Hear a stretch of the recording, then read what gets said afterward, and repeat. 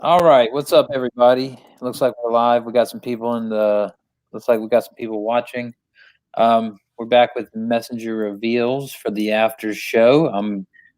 I was definitely interested in that debate. I didn't get to pay as much attention as I would like to have because I was reading questions and I was uh, sending emails and doing a few things that was ancillary things for the show itself. So, but yeah, I appreciate you coming on. And what's up to Tony Designs, Math Pig, Holy Spackle, Theo Reticoli. I'm not sure if I'm pronouncing that right. Titan. Appreciate all of you guys coming by. If anybody wants to come in, you're welcome to come in. I'll shoot you a link. Should I post it in the side chat, you think, or should Yeah, I email it to yeah, people? because then you can just invite people from backstage as you choose. Gotcha. Okay. That makes sense. Yeah, somebody told me the other night, just post in the side chat like a normal human being. I was like, Other than the normal human being, you condescending little prick. I yeah, appreciate you saying post it in the side chat. right. Who won? The Mitchell, only guy look, here, like Jordan, Mitchell, Jordan, Jordan. Mitchell's in the side chat. Messenger had just said something like, "I wish Mitchell would come in and talk to me." I was like, "Well, we'll see." But Yeah, Mitchell talks a lot of trash from the side chat. I'd love to see him pop in and get his feet wet. yeah, I like Mitchell, man. I don't know that much about him, but I'm always seeing him in different streams and stuff. So, but yeah, that'd be interesting. And then uh, anything else, you guys? We don't just have to stick to free will or determinism, but Messenger, was there some things that you wanted to say about the discussion tonight? I thought it was definitely a situation to where I spoke, he listened, he spoke, I listened. I didn't really see us talking past each other. I think that a lot of the information I was sharing was outside of his wheelhouse, and he wasn't prepared for a person approaching hard determinism from a psychological standpoint. He was just looking at the typical arguments that you see in the typical Christian responses to hard determinism, or things they do to combat things like Calvinism for people who are non-Calvinists.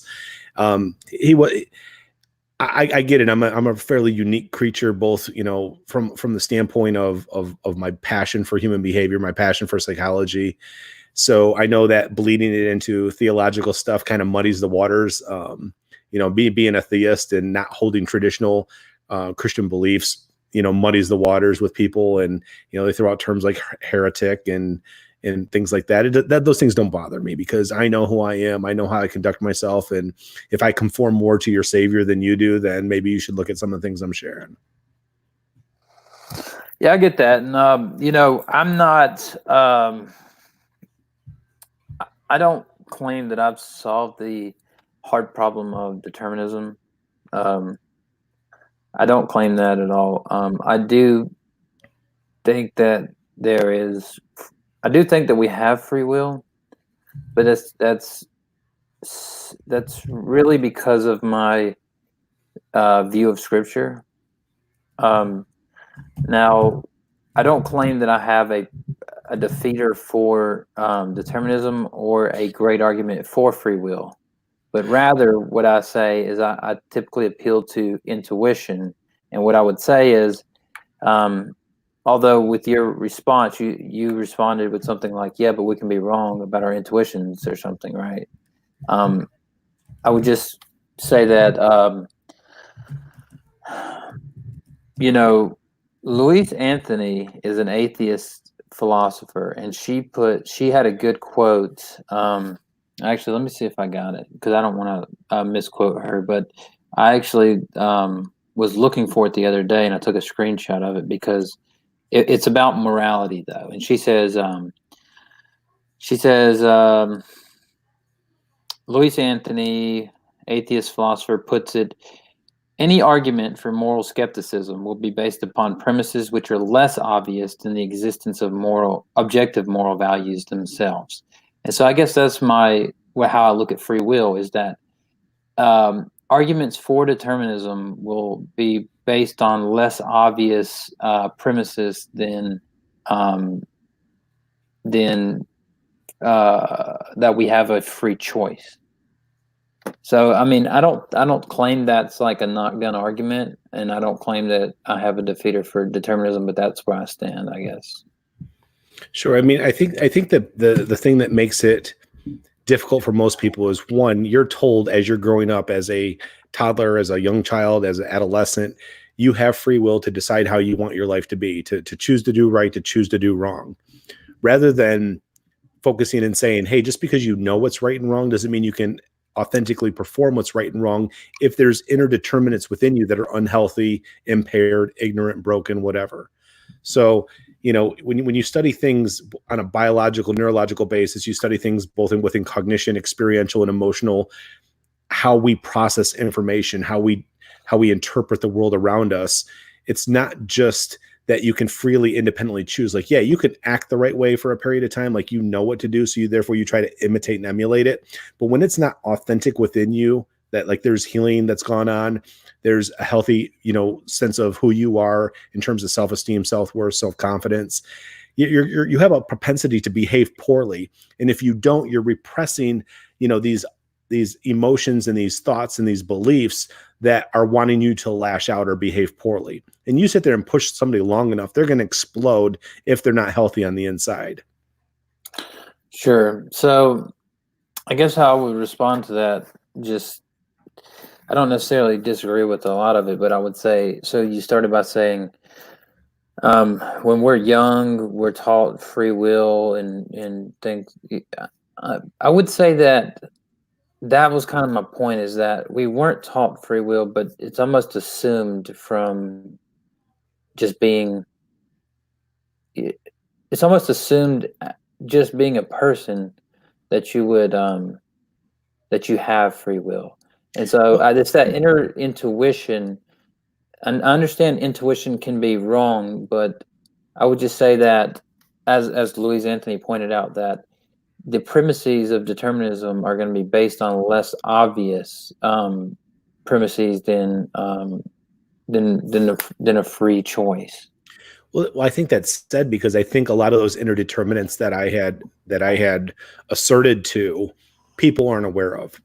Like how many hours a night are you supposed to sleep to get adequate sleep? How long does a sleep cycle supposed to last? How many should you get at age 20, at age 40, at age 60? There's a lot of things that people don't understand about their biological nature, their cognitive nature, their experiential nature, their emotional nature, that prevent them from really creating a healthy level of interchange within them over a period of time. And I say when that happens, they become human actors. They're trying to act the right way, do the right thing without resolving the inner determinant that's making it not do that authentically and genuinely. Yeah. So, what's up to Nakasuchi? Well, 1 minute. I just want to point out one more thing, and we'll let you say whatever you have Go to ahead. say. So, Caleb, the dry apology, he put in the chat kind of what I was saying, but he put it in a more succinct way.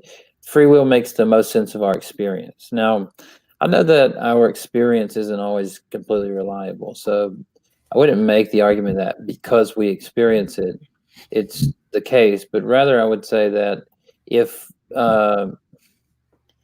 that in the same way that we have an intuition about the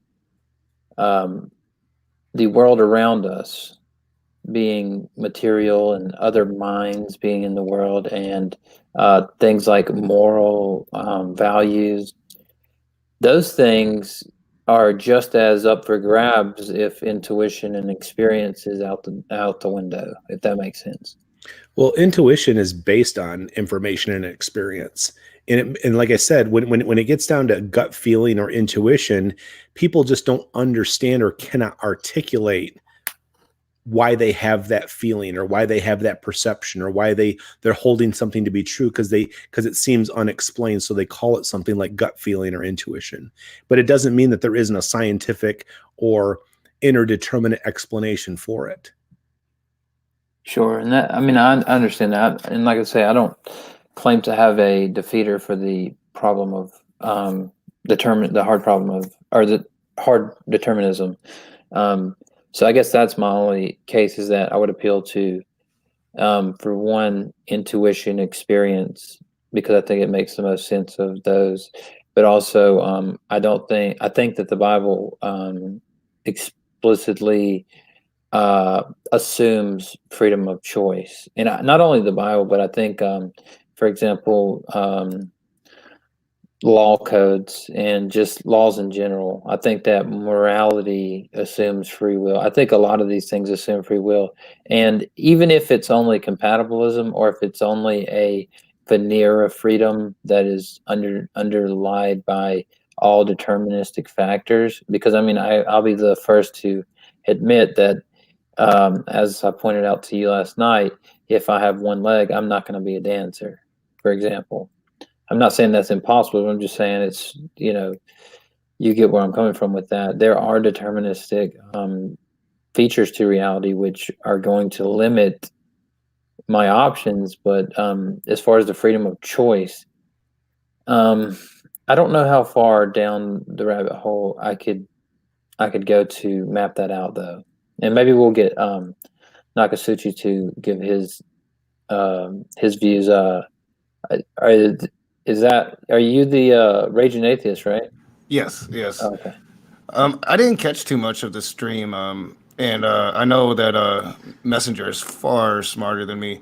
I do tend to agree with Messenger a lot when it comes to his takes on theism. I find them more acceptable, but I'm kind of lost. I just basically came in to tell you, CC, I want you on my show. Well, you want me on your show? Yeah, I like Sure. you, but because I'm used to talking to like Jill and Praise, so you're refreshing. And I wanted to say what's up, Messenger. Me and Messenger haven't talked in a while. Hello, Nat. Yeah. Good to see you. And I'm glad you came on, and you definitely picked a good one in this guy.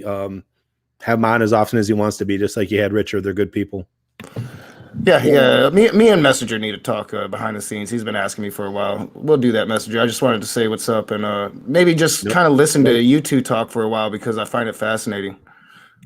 Yeah, sure. So, yeah, man, I'd definitely be willing to come on and talk with you on your show. I'm willing to go on wherever. I'm just basically my YouTube channel is about conversation, like contending for your view in conversation. So for example, I won't, just like here, I'm admitting up front, I don't have a I don't have a defeater for hard determinism, but rather, I appeal to things like experience and intuition, which can be wrong. But then I would just extrapolate and say, if our experience about freedom of choice is wrong, then it affects things like our legal system, our interpretation of scripture. It also makes you question the outside reality. Are there other minds? Solid system. It makes you question a lot of things that could be affected by. Here's one more thing I wanted to point out, and I thought this might be interesting because, and maybe you can speak on this, Messenger, because I'd like to hear your take on it. I haven't really asked anybody this, but I have been thinking about it. What if it's the case, okay, that Calvinists are right, which I'm not a Calvinist, but let's just say, okay, what if it's the case that they're right and everything's determined, but the Bible is written in a way to give us the illusion of choice, and that we should believe in free will because that's the only way that that's the only way that it would work for us to be saved, if that makes sense. So I had thought about that. I thought, well, what if some form of determinism is true, but it's determined that we should believe in free will, that we would get to what is ultimately determined. Now, does that make sense to you? And do you see where I'm coming from? I do. And I often say this, the Calvinists are more right than the Arminians when it comes down to free will versus determinism. The problem is the Calvinists have no idea how to authentically become what Jesus wanted them to become. So therefore they believe that they just lie in his, uncontrollable favor and grace. And they're not making any more better ways of living than an Arminian would. Mm-hmm. That they fall on so many free will grace teachings, but they hold to God chose me. And since he chose me, to me, it's a very fragile belief system that says that my salvation is so fragile that I have to believe that God chose me because I really, really suck. Yeah. And, So, and I like I said, I think they're right when it comes down to things are determined. I don't think they understand why they're determined. And I guess that's a better way of putting it. so that I take the Molinist view, and then I kind of split those two views up. Now we talked about that for a while last night, so I don't want to Sure rehash all of that. But JMD Apologetics 101, he just asked, "What do you guys think about Molinism?" Watch my stream from last night, right? We went in pretty deep on this, like what someone could do and what someone would do in God's middle knowledge and all of that. So one way says that he's a Calvinist. So what's interesting is a lot of people look at Molinism and they don't realize that Molinism is kind of a reformed position. There's a interesting discussion Kurt McGregor had with Matt Slick, actually, and he broke down Molinism, and he wrote the book on Louis Molina, and he pointed out, he's like, pretty much Molina agreed with Calvinism, almost all of the points of Tulip, except for grace is resistible. It's not irresistible. And so that's an interesting parallel there, because the way we usually take that. So like when you talk about irresistible grace, well, that's the Calvinist view. No, and I agree. They believe in an irresistible grace, and Arminians believe that you can reject his grace. And Molinists, yeah. So I say Arminian because Arminian is really the proponent or the opponent of Calvinism. So a lot, but it's not a direct dichotomy. So those two Molinism. But Molinism is not Molinism. I'm saying Arminian and Calvinist are the two opposing viewpoints to where they line tulip up against each other. Sure, but what I'm saying is, like, so you have Calvinism, okay, and you have Arminianism, and Molinism kind of splits them down the middle. So I'm just saying there's a third view that makes sense. Easy believism splits them down the middle. Lordship salvationism splits them down the middle. They borrow from different viewpoints of them because both of them have some level of truth to it. Yeah, but do you think it's a fair assessment to say that Molinism is like easy believism?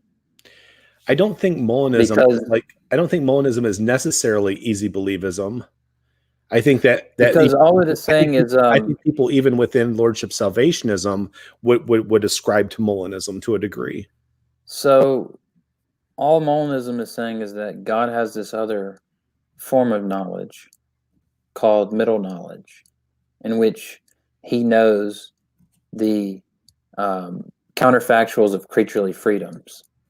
So whatever subjunctive conditional that you give, God would know what would happen in that situation. So if you go, like the example, and I don't necessarily want to rehash out everything from last night, but free will and determinism, it's interesting how closely related that free will and determinism are to the different theological views.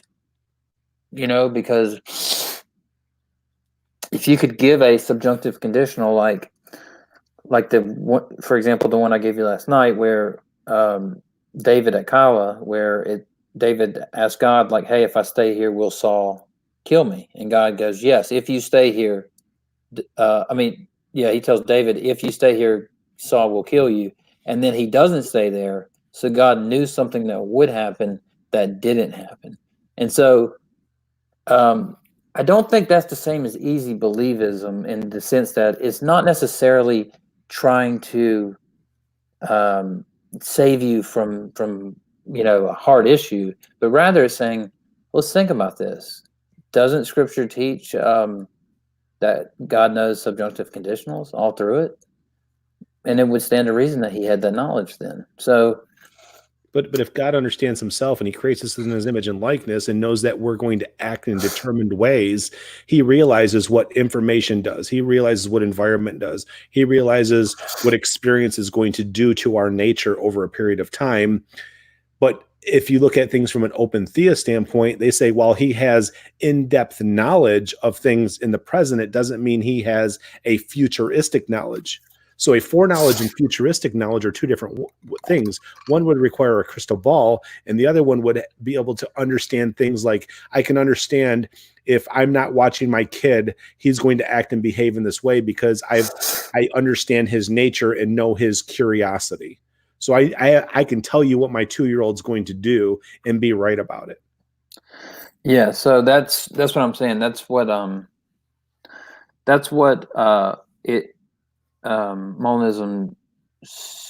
That's what the point of Molinism is, just to say that God has this extra knowledge, that God has this knowledge of what creatures would do.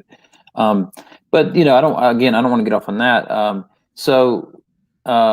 Raging Atheist, you tend to take Messenger's view on determinism, right? Well, I tend to agree with Messenger's definitions and where he gets to, and I go at theist, so I tend to agree with Messenger because he goes at theist as well. But with determinism, so I'm new to Calvinism and all I've pretty much focused on Southern Baptist and fundamentals. Just really came into some Calvinist and this predetermination thing. So if God could see the future, I don't understand why the future sucks so bad all the time. But I find it fascinating listening to you two guys, because you two guys are very smart.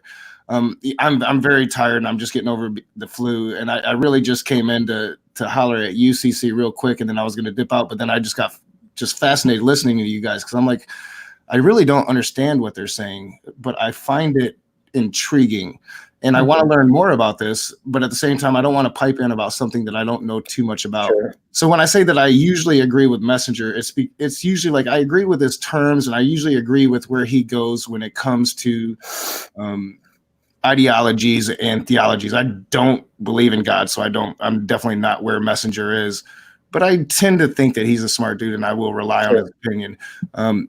Determinism, though, I don't believe in. I don't believe in God, so it's hard for me to really believe in it. But like, if there is a God, I would hope that he at least has some kind of grasp on what future will be, or I think we're in a lot of trouble.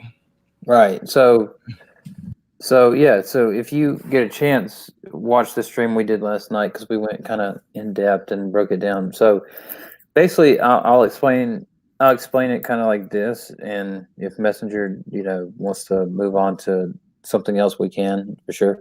But so God knows, according to the all of the views, God knows what will happen in the future. He has knowledge of what will happen because it's according to his decree or whatever it may be. Yeah, that's how I always grew up, was God knew everything. Yes, but Molinism, what Molinism says is, not only does God know what will happen, he knows what would happen given any circumstance. Now, the question that came up last night was, well, if God knows what would happen given a circumstance, then could you do otherwise? That's what Bob was asking. It sounds like the Muad'Dib if you've ever read Dune, Muad'Dib could see all these different lines of future, and he's trying to avoid this universal jihad that's going to span across the universe, and all these planets are going to just be embroiled in this religious genocide of a war. So he sees all these different lines of future, and he has to stay on this one and this one and this one to get to that one road that leads away from jihad. And it sounds like that would be what God is doing, is if he could see all of these different futures, then he's trying to guide us to Revelation, right? He's trying to guide us to Armageddon. Yes. I'll be right back. Yeah, go ahead, Messenger. So basically, we have these. So in Scripture, there are things that God knows that don't come to pass. Like the example I just gave, where God says to David, "Yes, if you stay here, then Saul will kill you." But David doesn't stay, and Saul doesn't kill him. Well, yeah, I found that fascinating. I've never read that in the Bible. I want to pick up on that and do a video on it probably. So another example would be Christ says something like, I don't remember the exact phrase, I'd have to look it up, but he says something like, if Sodom and Gomorrah knew what you knew, they would have turned away, or something like that. I'd have to phrase it exactly how I did, but it's the same principle. And then I had never heard this one, but I was just reading through it. I think I was reading through Exodus the other day. I believe it was in Exodus, where God's telling the children of Israel, he's like, I'm going to give you the land, okay? And you're going to drive these people out. But you're not going to do it immediately. He's telling them you have to do it over a certain period of time. And he says, or the animals or beasts, I don't remember the term used, but will devour you. So that's something that would have happened if they would have just went in and took the land immediately. That never came to pass. So what I say is that what we got down to last night was Bob was saying, and he's an atheist, he was saying, well, if God knows what you will do, then how do you have free will? Because he already knows what you're going to do. You can't change your mind. But like, as I pointed out to him, God knows what you would do freely. And then if he sets up a situation where you freely choose to do that thing, he didn't force you to do it. So, and I gave an example. I said, say that I have a friend staying with me, and the guy's a drug addict. Like, if I didn't watch him, he would steal my TV and sell it to get heroin. And say that I had some heroin on my coffee table. And let's say that I set him up in a circumstance where when he comes downstairs in the morning, he would go sit in the living room, as he always does, and he would see the heroin there. He will do it. Now, I know what he will do, right? I know that he will do that. He will do the drugs. But I didn't make him do it because I know he would do it, if that makes sense to you. I know that he would do it given that circumstance, and I put him in that circumstance. Yeah, and so that's the view that kind of splits Calvinism and Arminianism. Right. To me, it's I want to place it in like modern times. So, if why does God allow the famine in Yemen? What is the greater significance? What is that going to lead to? What is the reason for that? What is the alternative future? Could it be worse? Could it be better? So it would lead me into a whole lot of problems of why does God do the things that he does? And I think that's me just naturally as a skeptic. I would just immediately get into why does God do this? Why does God do that? But I find this a fascinating discussion because I'm thinking you're more along the lines of a traditional Christian, to where Messenger definitely isn't. Hearing both of you guys go back and forth is fascinating to me. I was hoping there'd be one more Christian here, and I wasn't even going to troll him on your channel. I was just hoping he was going to be here. Who's that? Praise. Me and Praise have talking to do.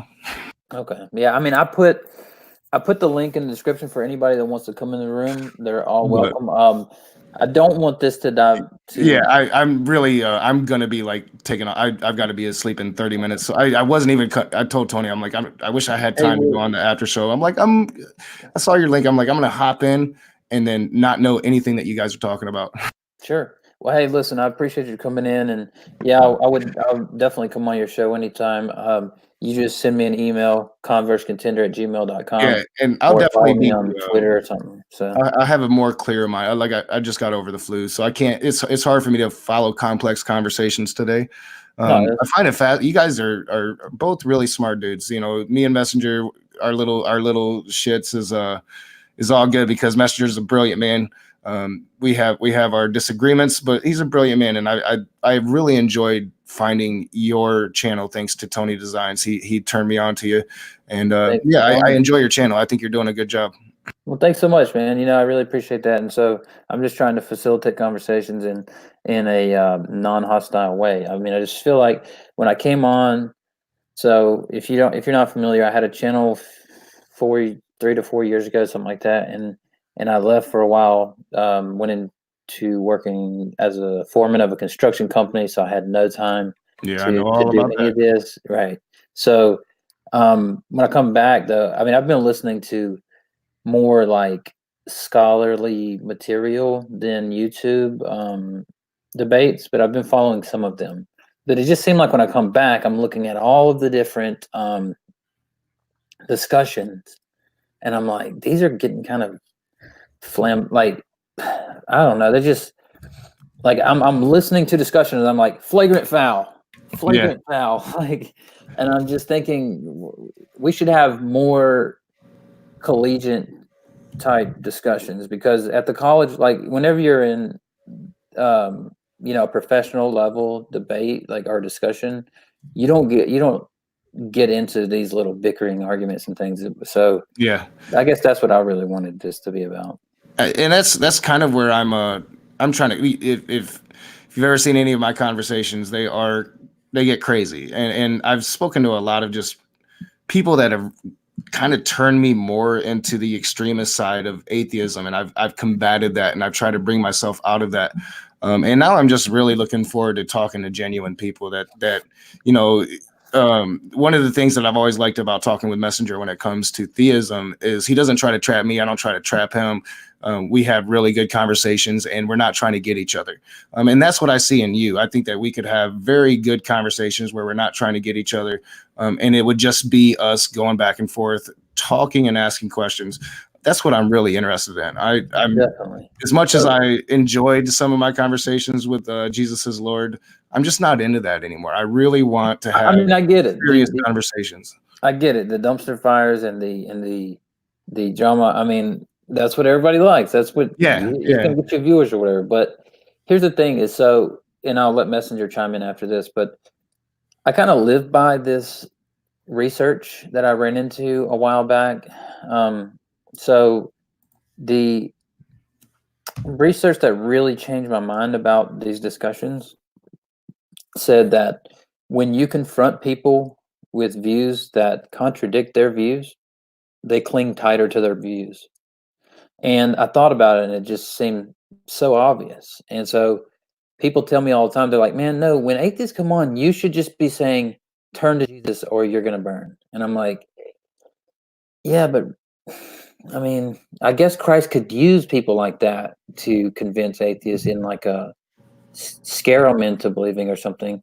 But at the same time, since research shows that people confronted with views that contradict their views cling tighter to their views, there, as Dr. Peterson and a lot of other people put it, like there are ways to facilitate an area where people can gradually take steps toward each other. So, for example, if you and I are playing Monopoly and I'm like, dude, I've got Park Place and I've got, 10,000 Monopoly dollars. And somebody who's not playing the game walks up and they go, who cares? It's not even real money. We're like, yeah, well, it's like you're not in the game, so you don't understand what's going on. But to them, it's like, it's pretend money. You don't even have real property. What are you doing? So I guess that's like my main Yeah. thing is what I'm getting at is And I'm getting there. Like, a lot of my edited videos, they're inflammatory, and I'm really trying to push buttons. If I come into to live chats and I see Jill here, I'm really trying to push his buttons. sure. I get a kick out of it. I should stop trolling so much in live chats. It doesn't reflect well on me. But no, I hear you, because like the reverse effect, like, when I'm going just hardcore at a Christian for no reason, they're a good person, but I'm just going at them because they're a Christian. All I'm doing is driving them away from accepting atheists at all, right? And on the flip side of that, like if you're talking like you're going to burn in hell and trying to fear us back into religion, a lot of atheists left religion because of that hell belief. And so what you're doing really, when Christians say that to somebody like me, especially, is you're validating the reason why I left Christianity in the first place, was because I didn't conform to the hell belief. I don't believe in the hell belief. I think that if God exists, he wouldn't be that evil. So I think, and I've tried to have this conversation with Christians that I think can have this conversation, is there has to be a way for, if we got to be able to coexist in this world, and to have fundamentally different belief systems. We've got to find ways to come together when we can. And I think that's been my focus when it comes to the live streams, not so much the edited videos. And I really want to try to start focusing on that with the edited videos as well. And with the live streams, dumpster fires are fun. They're great. And it's what the audience wants. But for me, they just get very tiring and wearing. And I just feel like I'm screaming all the time instead of actually learning from them or giving them a chance to learn from me. Have you heard of street epistemology and Anthony Magabastico? Oh yeah. He was one. So that would be that's a good way to go about it. Yeah, that's what I try. Welcome. Have you decided anything on free will yet? What have you decided? Oh, I'm a compatibilist. That may be So I believe interesting to talk to Messenger about. But first of all, let me just because Nakasuchi's not going to be staying. He's not going to be able to stick around. So real quick, yeah, man. You know what? I pretty much agree with most of what you said, and I think that it's kind of human nature to try and reach for the low hanging fruit. And my thing with atheists is there's a lot of there are two different types of atheists to me. Okay, like on YouTube, there are, which obviously there are more categories than that, but basically there are the intellectuals, and then there are the professional heartstring pullers. Okay. And I wouldn't want to be in the heartstring pulling camp where you go, look at what God did. Like, because that means that if there's ever an answer to that verse, which I believe there may be, like I believe there is, then your whole stick's gone. Now you have to switch back to being an intellectual. Or like, for example, with the street epistemologists, I think they're trying to be intellectual, sure. But again, there are some dodgy moves there where you'll say like, well, how can you have, morals without this? And they'll go, well, how can God do it? And it's like, well, sure, but that you can't, first of all, you know what I mean? You can't dodge it. Answer the question first and then ask me a question. So, but I do think that they're getting to the actual intellectual side more than some of the heartstring pullers. So I would just say, if you think about that when you're thinking about your channel, like, am I just trying to push buttons here, or so? But yeah, definitely. If you want to have a conversation, I appreciate you thinking enough of me to even. I agree. And when I started my channel, I wanted it to be neither of those. What I've tried to do is just say, hey, atheism isn't just for the intellectuals or those that are going to pull your heartstrings. Atheism's for everybody. I'm a normal guy, and that's what I try to represent. And I try to talk normally. I try to just be normal. And sometimes I'll go to the more intellectual side.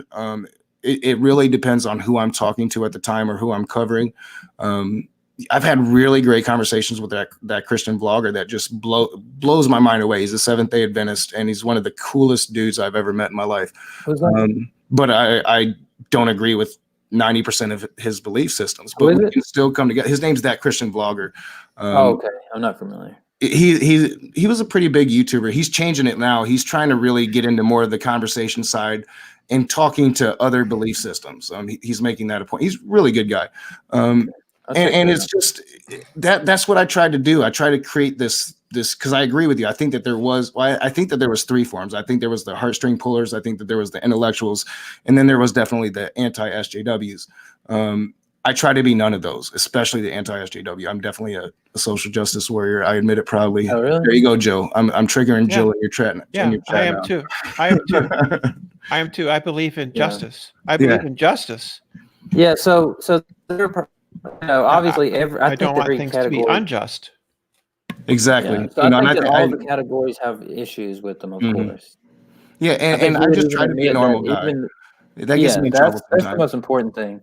Is like I think you would even admit in the SJW camp, there's even issues, right? I mean, I'm not saying like specific things. I'm just saying like there's issues with almost everything. I could give you 100 things that a lot of SJWs do that I will never do in a million years. Here's something that may be interesting to you then. Brenda, who's in the stream right now, Brenda and I had a conversation months ago, and it's on my channel. So that's a really interesting thing to listen to if you're ever like at work or whatever, and you want to listen to something. Or I'll check it out. I'm usually looking for stuff to listen to when I'm cleaning, especially. Like I don't listen to music. I listen to debates when I'm cleaning. So yeah, I'll definitely listen to that. I also did a live stream on LGBTQ. So that's something to check out. I will have to check. I think that you maybe will think that I was pretty reasonable, and I think you would think I probably appreciate it because it'd probably be very refreshing to me. Yeah, that's awesome. That's one of the things I deal with the most is Christians outlook on LGBTQ rights. It's one of the main Messenger knows. It's one of the things I stand for the most. Well, check it out and let me know what you think about it, and we'll definitely have a conversation in the future. And, I'm looking forward to. I might actually be on the Magic Sandwich Show on Friday as well if I can get out of work in time. It probably won't happen, but I might see you there on Friday. Okay. Well, if you do, then it'd be awesome to have you there. And if not, just send me a message. And I definitely will. Brenda, I would love to talk to you sometime as well. Sure. Seem reasonable. Messenger as always. Well, I know I put on a good mask of reasonableness. I don't. Messenger, we'll talk. Like I owe you a private conversation. I'm gonna give it to you. No, I'll make time for it. No, you. Enough said. Yeah. I need to find more time, but I owe you that, and we'll have that, Messenger. But I am gonna get out of here because I have to be in bed in 20 minutes. All right, man. Have a good one. We'll talk to you soon. Take care, you guys. I will be listening for about 20 minutes, so get back into the smart stuff. All right. So actually, Brenda, let's what we'll do is we don't want to rehash the theology discussion that Messenger and I had last night. So what I would be more interested in is hearing you and Messenger have a talk about free will and determinism, because you're a compatibilist, you say, and Messenger is not a compatibilist. So I think that would be an interesting discussion. Oh, so he believes in free will? No, he's a complete determinist. He doesn't believe compatibilism. I'm a hard determinist. All right. Oh, okay. And quick, converse contender. Did you see my note in the private chat here? Yes, I did. I've already made him a mod. Nope, not yet. Oh, I thought I did. So FYI. No, I already did. Yeah. All right, Brenda, go ahead. It says remove mod. But I agree. Are you theist? Are you a theist or atheist? I'm a theist, hard determinist. I'm confused about how that works. How does salvation work under that system? Well, salvation is required through repentance, and repentance is a changing of one's inner being. And the only way that you can change one's inner being is learning something that you haven't learned before. That is in its nature. No, that's perfectly fine. No, I think Brenda and I can have an awesome conversation. So from a deterministic standpoint, we're not free to act and behave in a way that's contrary to our prior information experiences that we've been given. So if you're going to be, in quote, salvation requires a level of repentance. Repentance is a change or transformation within one's inner being. That cannot happen unless you're given something new or healthy that you didn't previously have before. Can I choose to repent? No. Repentance is not a choice. Repentance is a result of what one is given. I'm not sure I understand that. Well, again, if you look at the word metanoia, it means that there's a change in your inner being. There's a change in your internal thinking, reasoning, processing. I call those processes biological, cognitive, experiential, and emotional in their nature. And the only way that those things can change or transform themselves is if you're given those things by somebody who has something that you don't previously hold or possess yourself.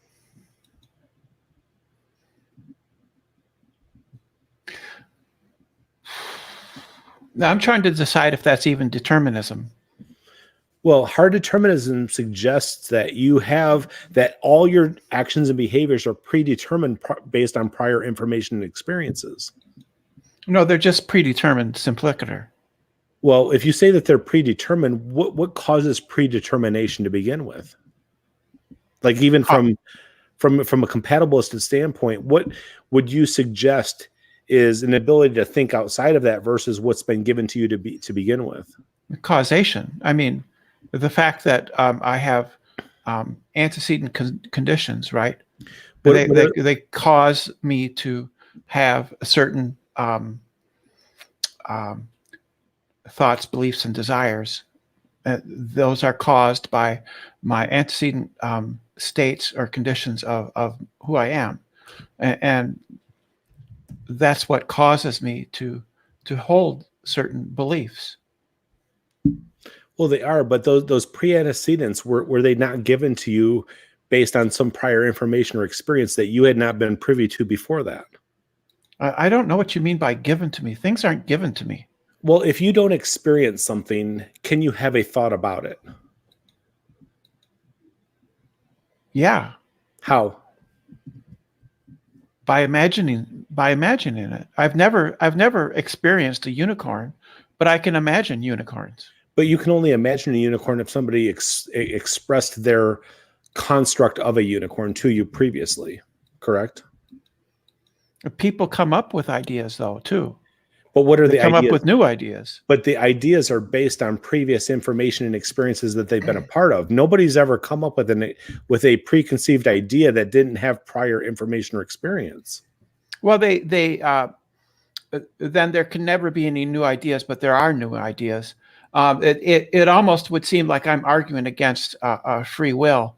I mean, against determinism. But I think that new concepts, new ideas, new beliefs come into being by the exercise of people reasoning, and frankly, by random events, right?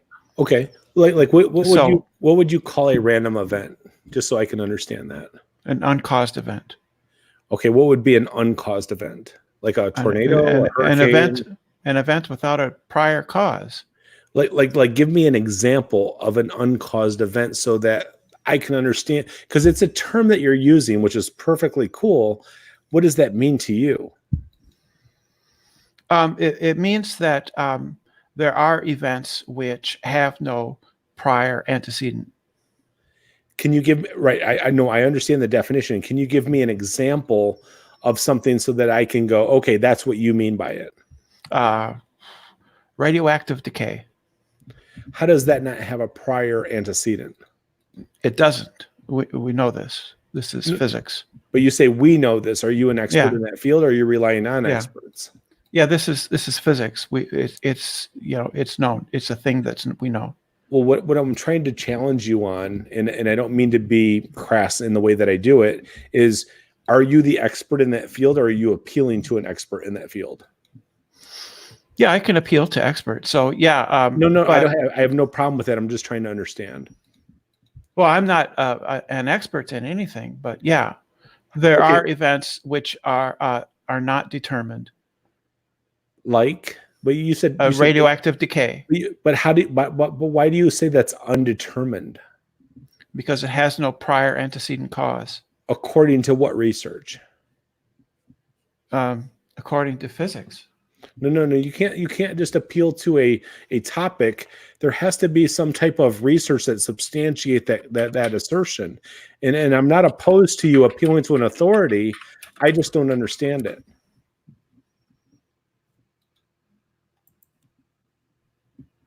Well, I'm not really sure I can explain it to you. There's a difference between, say, You understand probabilistic. But you understand, if I don't understand something, or I'm asking for a reference or a source, it's I don't understand, and I can't understand something that I don't understand. So I'm trying to understand where you're coming from. I'm not trying to trap you. I'm really trying to receive information that I lack.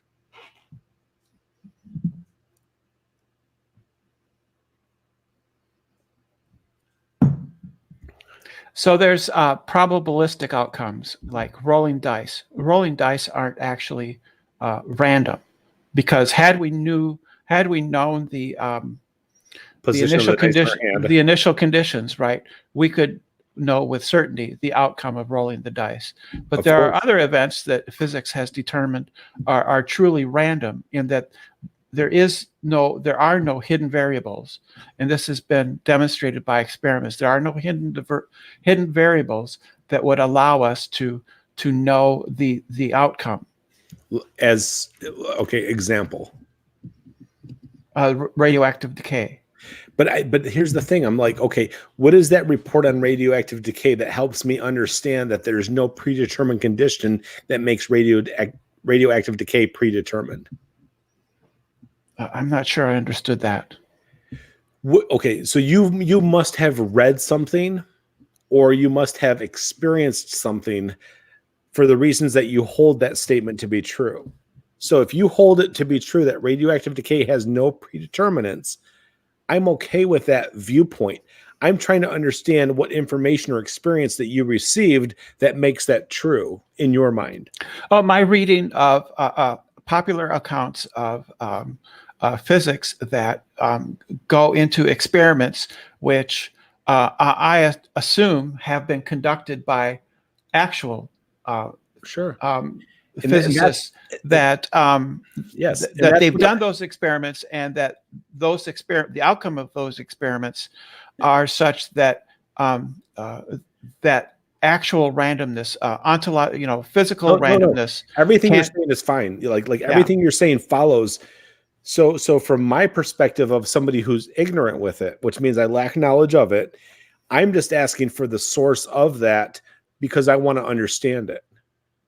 Because you're not the expert going, hey, let me break it down for you, John. You're saying, I've read these things and I've experienced this reading of those things, that's why I hold them to be true. I'm just sitting there saying, I don't understand them. So if you can't break them down for me in a, I guess, way that I can understand, then can you provide a source that would help me understand it? Well, any textbook on physics, any undergraduate textbook on physics. So I can defer to my son, who is in a chemical engineering program and understands physics and tutors. Yeah. I'm going to him. I'm going to write that down. So we've kind of gone far afield, though. This is about that believe me, this is good for me, because I'm gonna question him. It's not going to really help us that much, because there being random events in the universe doesn't really help us that much in determining, in discussing, free will versus determinism. Because for us as elementary particles that we are, we're not going to run into truly random events very much, if at all. So most of the events in the world around us are going to be predetermined by the initial conditions. We're just not going to always know what the initial conditions are. So I mean, if we could know, we could predict the weather for 10 years from now perfectly if we knew the initial conditions perfectly. 100%. But we're never going to know that. We're never going to know that. So we can treat those things as being probable or being, practically random. Sure. For me as a compatibilist, what it means for me to be a compatibilist is that my actions, this is this is the definition. My actions should be in accord with my thoughts, beliefs, and desires.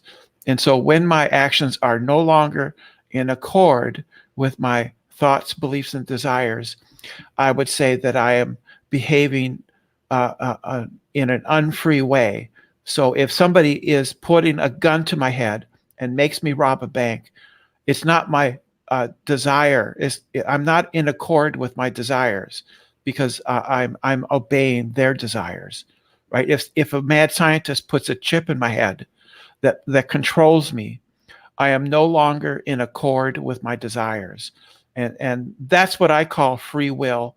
And the reason that I accept compatibilism as a description of free will, as opposed to just simply saying I'm a flat out determinist, is because I feel we need to make a space for moral responsibility. So I think that individuals need to be held to account, and to be held responsible for their actions, even though we live in a morally in a deterministic world, because their actions flowed from their beliefs and their desires. And so in correcting their actions when they go against, for instance, if you steal, it isn't to me an excuse to say, well, my parents, I come from a broken home. I feel really bad. I feel like I deserve to have things, and so I take things from other people.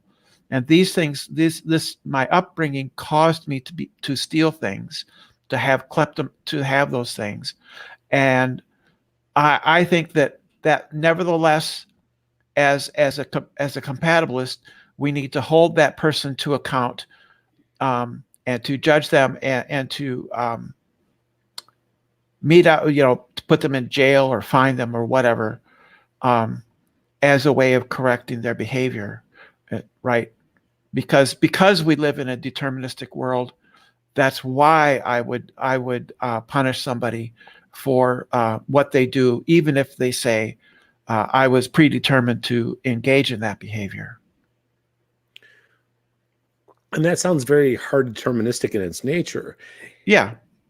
And I don't disagree with your view. Like, even as a hard determinist and not a compatibilist, I agree that if people have a propensity or a predisposition to murder, rape, molest, harm, abuse, that they should be removed from society until they're rehabilitated in a way, experientially, cognitively, biologically, and emotionally, so that they don't have those propensities or predispositions to do those things.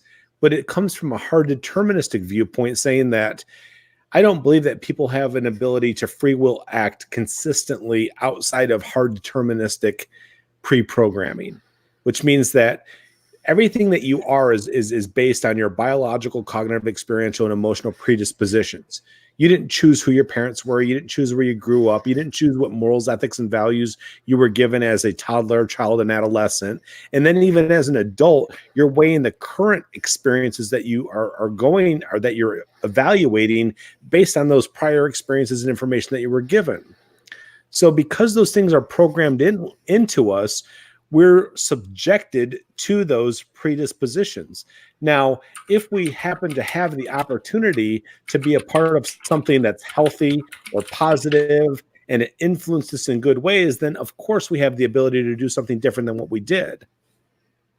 But until that happens, till you've received something that you were open to receiving, as well as willing to receive, and then did receive something good in its nature, you can't act independent from that consistently over a period of time. Well, another reason that I'm a compatibilist is because I want to reserve the concept or the idea of moral agency.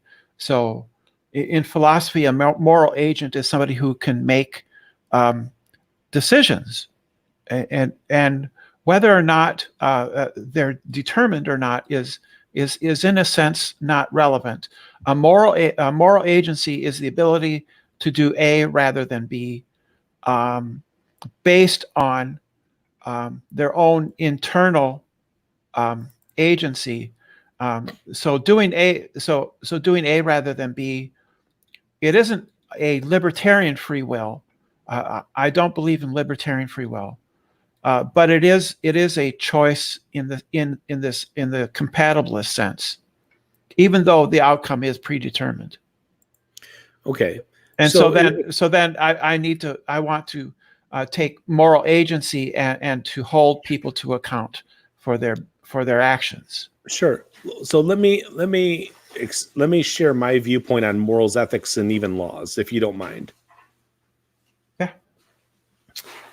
I believe that, when it comes down to human behavior, people make time for or act and behave upon that which is a priority in their lives. And what I mean by that is what dictates the things or the inner determinants in your inner being that will make you and drive and motivate you to do certain things. And I believe those things come down to three categories. Number one is physiological needs. Your physiological needs, which is your need to eat, sleep, breathe, feed, excrete, desires for sex, warmth, safety, those inner physiological needs determine how you will act and behave in a given moment above all else. My 2-year son. I know you came outside. So the number two factor in all of this. Okay, listen, you need to go hang out with Mama. I'm going outside. I apologize to everybody. This live stream. Welcome back. No, home. it's fine. He's cute. Can you go hang out with Mama, or do you want to hang out with Daddy? Yeah, Daddy. Okay, I win. He's okay. So anyways, the number two category after physiological needs is your... Well, we should teach him philosophy. Hello, do you know the is-ought distinction? The subjective objective distinction. At 2, he is very egocentric, so no. We could ask him if he is a deontologist or he is an egotistical, self-centered, can't see the world outside of him thinking being, which I love to death.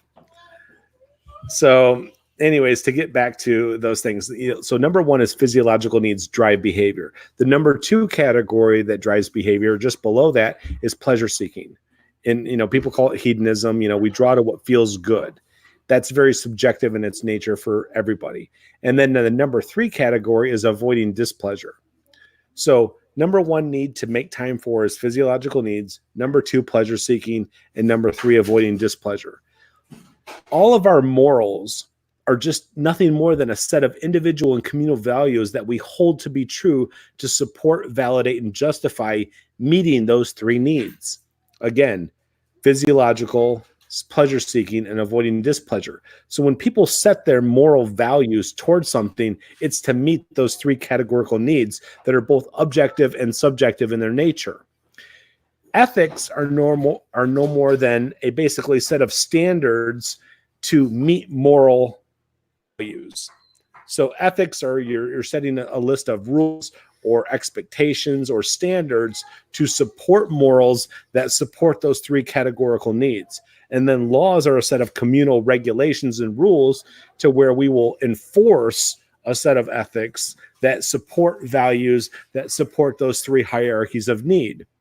So when it comes down to, hey, there's laws to support this, there's justice to support this, it's built on free will, I don't disagree. I'm just saying that there's so much subjective nature in believing that free will exists that it doesn't make our justice system very healthy in its nature, even in a democratic nation. Okay, so so ethics or morals are constructed to serve the drives of the person, right? To meet their right. or community as a whole. Like if there's a village or a city or a country or whatever. Yeah, sure. Right. So they're constructed. Yes. So you're a non-realist as far as morality. If I understood that term, maybe. All right, hang on one second. Let me just I'll let you guys get right back to it. So I just wanted to comment on some things in the chat. So here's I made a lot of atheists or agnostics, mods, as well as theists and Christians, to hold people accountable because I like, you know, here's the thing. I like, there's a lot of Christians that I like that I don't want to, you know, delete any of their comments or anything like that. So I have people that are on both sides so that they can contend. So if if an atheist deletes a comment or does something like that, and a Christian on the other side that's a moderator can say something to me as well, like, hey, that was unfair. My rules basically for all my mods is don't kick anybody out unless they're doing something that can get my channel flagged or Yeah. taken, something like that. I think there are people in the chat that are attempting to put comments in your chat that could, for the precise purpose of getting your channel. Yeah, so because I don't know the rules of YouTube and all that, I would just say that, like, let's have freedom of speech up until it's going to get my channel in trouble. So Yeah. and I from the people that I've chosen, they've been around and they're mods in a lot of other places. So and Messenger can kind of help me negotiate some of those terms. I'm sure they'll do that. All right, go ahead. Sorry, I just wanted to clarify that because I want to have as much conversation as possible, but I'd hate to have all these conversation and then this video gets taken down or something. So yeah, go ahead. Okay, so there's not a lot in there that I disagree with. It's mostly over nomenclature. For instance, I agree with a great deal of what Sam Harris has said in his Moral Landscape. I simply disagree with his claim that it was his claims about what to call it, but what his wording and that wording about that morals should be in service of our eudaimonia, our well-being, seems to me pretty accurate and a pretty good way to go. It's not what he claims it is, objective, but it is I think a pretty good way. Actually, could I ask a question about that? Yeah. So, but do you claim that that's a deontological view? No, I think it's just it's more akin to Aristotle's concept of eudaimonia, which is the flourishing or well-being of people, right? Yeah, so it seems like a utilitarian type position, right? Because it's about the utility of ethics instead of as a deontological position. And I guess that's where I would disagree with it. And then, as William Lane Craig pointed out in their debate, like, if it can be shown that, people, for example, that sadomasochist or whoever likes harm just as much as people who are not being harmed likes not being harmed, then it would no longer be a moral landscape, but rather just a landscape of peaks and valleys of pain and pleasure. Like, yeah, Harris's and a number of people have espoused this type of view. It's really more akin to virtue ethics, and it harkens back to Aristotle. Right, and but that's what the term eudaimonia. Eudaimonia refers to well-being or flourishing of the individual in a full sense of their full life, rather than it's not pleasure in the moment, but it's a pleasurable life in its fullness and completeness. So I guess what I would ask is that what compels where's the obligation in that? Like what compels people to adhere to that besides the fact that you can appeal to their let's say heartstrings and say, well, wouldn't you rather have this than that? But, like, is that objective? I think that there isn't anything compelling. I don't think that there is any way any moral system could compel anybody. I don't think Christian or theistic morality can compel anybody to follow them. All we have is reason, And so if we have it, all we can do is reason with somebody and convince them that um, it is better for them to do A rather than B. Yeah, but that's when you agree though that that's not objective. That's more of a subjective claim. Yeah, I agree. It's not objective at Okay. all. No. So oh yeah, I forget. You don't believe in objective morals. Well, for now anyway, until maybe I read more and I change my. So when we first talked, I said I did, and now I'm saying I don't. Moral philosophy is exceedingly difficult. Yeah, that's And what I was getting to, because like when yeah, we talked, it seemed like you did, and then you yeah, came on the other night and you were like, no, I yeah. don't. And the other Well, guy was confusing the term object. I'm actually glad you came into that stream, because at the beginning I kind of laid out what I thought was objective, what the definition was, and Yeah. they disagreed with me, and then when you came in and you're like brought in a non-believer perspective, and you're like, no, it means independent of mind, or like it Yeah. doesn't matter what human subjects think about it. And then they're like, oh Right. yeah, well, that makes sense, and I'm like, that's what I've been saying. But Yeah, yeah, so you've changed your views on well, my views are likely to change again in the future. it. Sure. I mean, because well, like I said, moral philosophy is very difficult, and I don't feel like I'm settled on that. I feel settled on some things that are simpler, Mhm. you know, but not in moral philosophy. It seems to be exceptionally difficult. Okay, so yeah, I mean, that's my only thing, was I was just wondering when you were talking about that. So, and one thing that is interesting is so I did. A lot of people know this, and I don't mean to bring it up, but I bring up like what I'm been involved with on YouTube. So, so I did so Paul Agia, a lot of people will know, is the popular atheist on YouTube, I like him. and he brought so. I don't dislike him. Like, I think he seems like a pretty reasonable person, but he brought up a challenge for Christians, a moral challenge, and he basically had a Venn diagram, and he said, name an action that wouldn't qualify as well-being, that most unbelievers would consider moral, just like intuitively think is moral. That doesn't qualify as in the well-being category that the Bible teaches.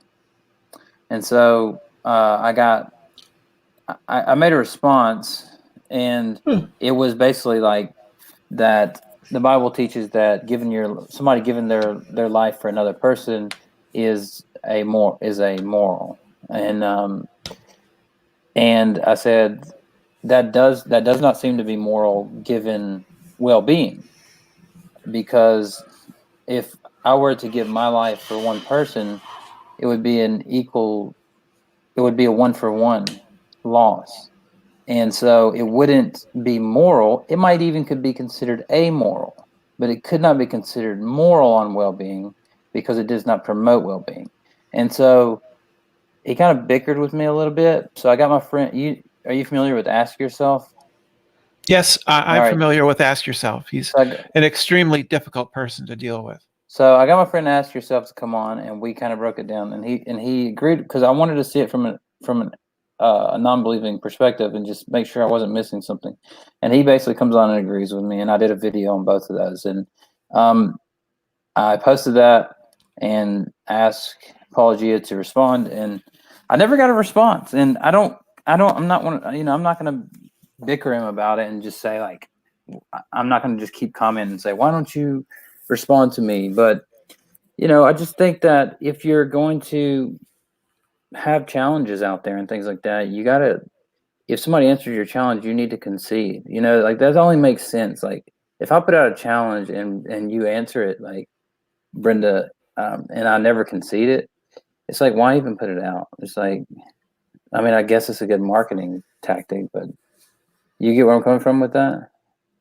Well, he's a very large channel. Perhaps he's just extremely busy and has a lot of. Right, but he direct as soon as I put it out, he started responding to it. And saying that it didn't meet his requirements. But then after we both had went through it, and I responded to him, he just forget about it. So I mean, I don't. Well, maybe he just disagrees, and you weren't able to come to So a Caleb's conclusion. asking, didn't Paul Gio leave comments? Yes, he did. He left comments on my video, and I commented back and showed him where he was wrong. And then I had the chat with Ask Yourself, and then I commented that video to him, both on Twitter and YouTube, to get him to watch that and respond to it. And I never got a response. And I've asked him since, like, hey, like he posted something one day where he's like, yeah, I like to respond to Christians, blah, blah, blah, in this way. And I was like, you respond to Christians? And it never got anything back. So at this point, I'm just like, I'm going to give up on it, you know? But it's just, it seems like it would be I don't know. It just seems like if you're going to put out a challenge, you should be willing to concede if it was answered. So, and it was a moral challenge. So that's what I'm saying is, it's kind of where you were going with the well-being is his challenge would work if he were to rephrase it that what general principle that promotes well-being, but not that the Bible has that don't promote well-being, and he would probably be right, because self-sacrifice as a general principle, you might even could make it out that it is a good on the whole. If one person gives their life for 10 people, for example, it would promote well-being. But the specific example, one person giving their life for one person, it doesn't promote well-being. Do you get where I'm coming from with that? I sort of understand, I suppose. So you can see how that, me giving my, like if I was in the military and there was a grenade in front of my friend and I jumped on it to save her, where she would have been blown up, it was on well-being in that utilitarian sense. It wasn't necessarily moral for me to do that. So that, I don't know, I guess that's what I was getting to. Yeah, but virtue ethics aren't utilitarian. Well, I guess that depends on which way you take them. Because, like I say, in that situation there, is it moral to give your life for another person if it doesn't promote well-being? Yeah, I think it would be, because altruistic behavior promotes the kind of society I would want to live in.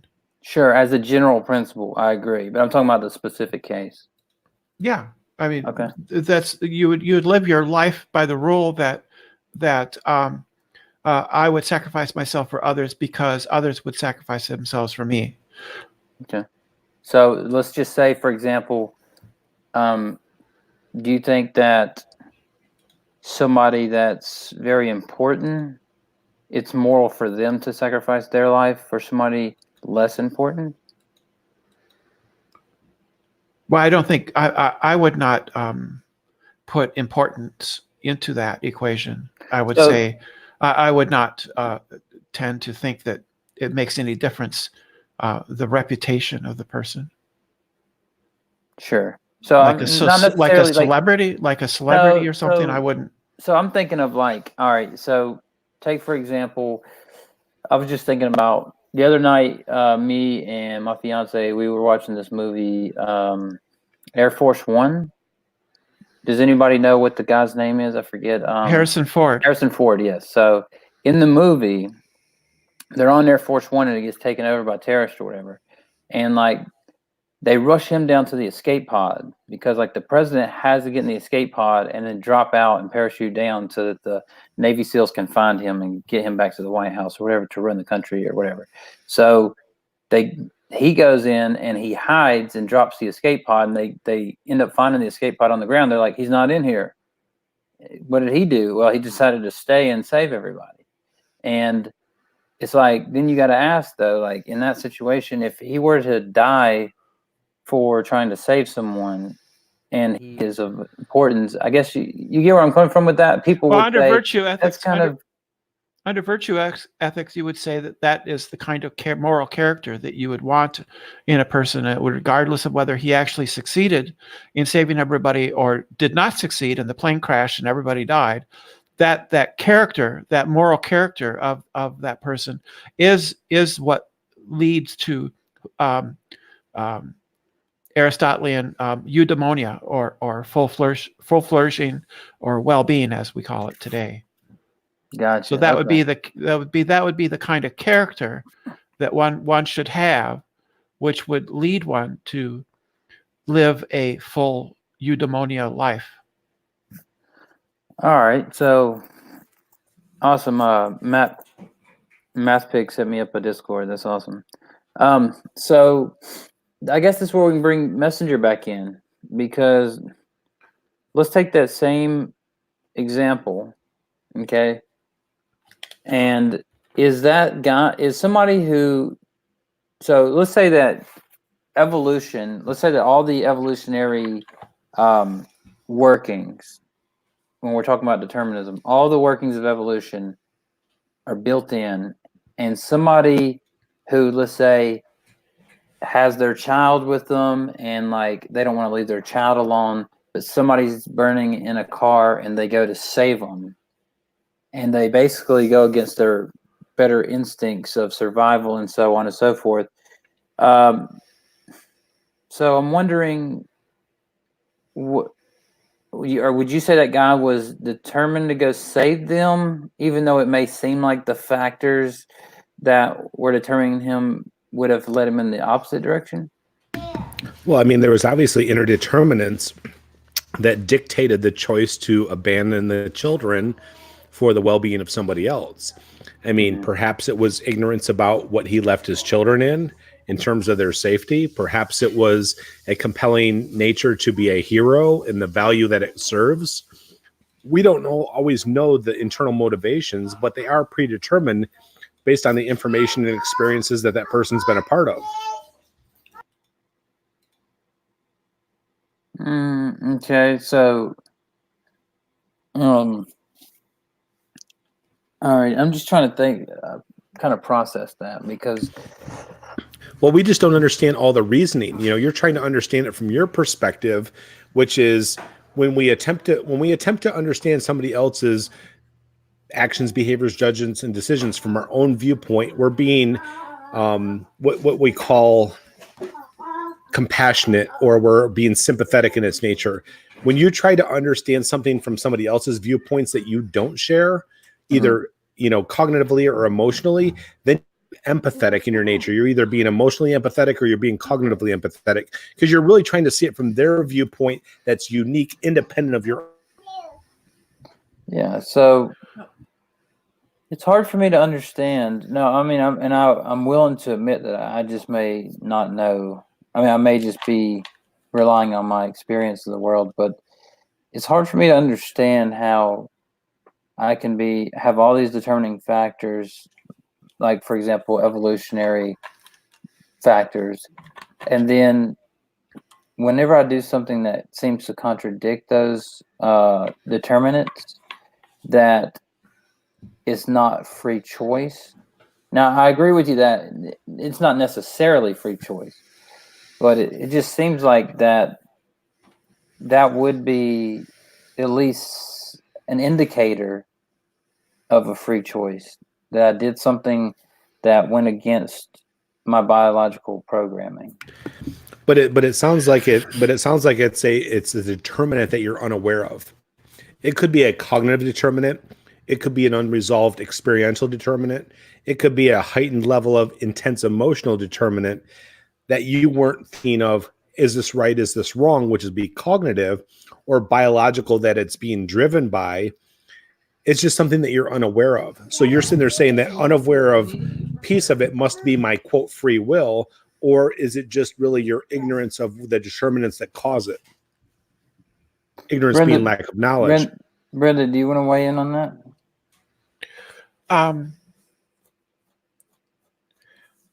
So I have to admit my mind actually kind of wandered. Okay, that's fine. I understand. That's not a problem. I'm sorry. I'm really so I sorry. will- I didn't want to admit it at first, and then I said, no, my mind was wandering. I was thinking well, about don't other worry about things. that. I understand. So It just basically, I was saying like, so take for example, if there's if we have a case where, okay, so we have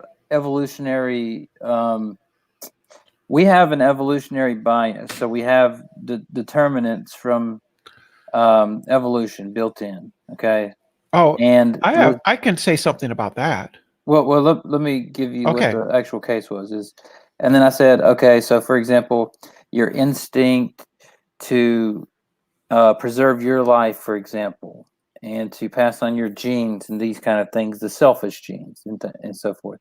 And then somebody who, let's say, not necessarily is a hero type person, but like that's hears somebody screaming in a burning house and runs in the house against their biological, let's say their biological profile.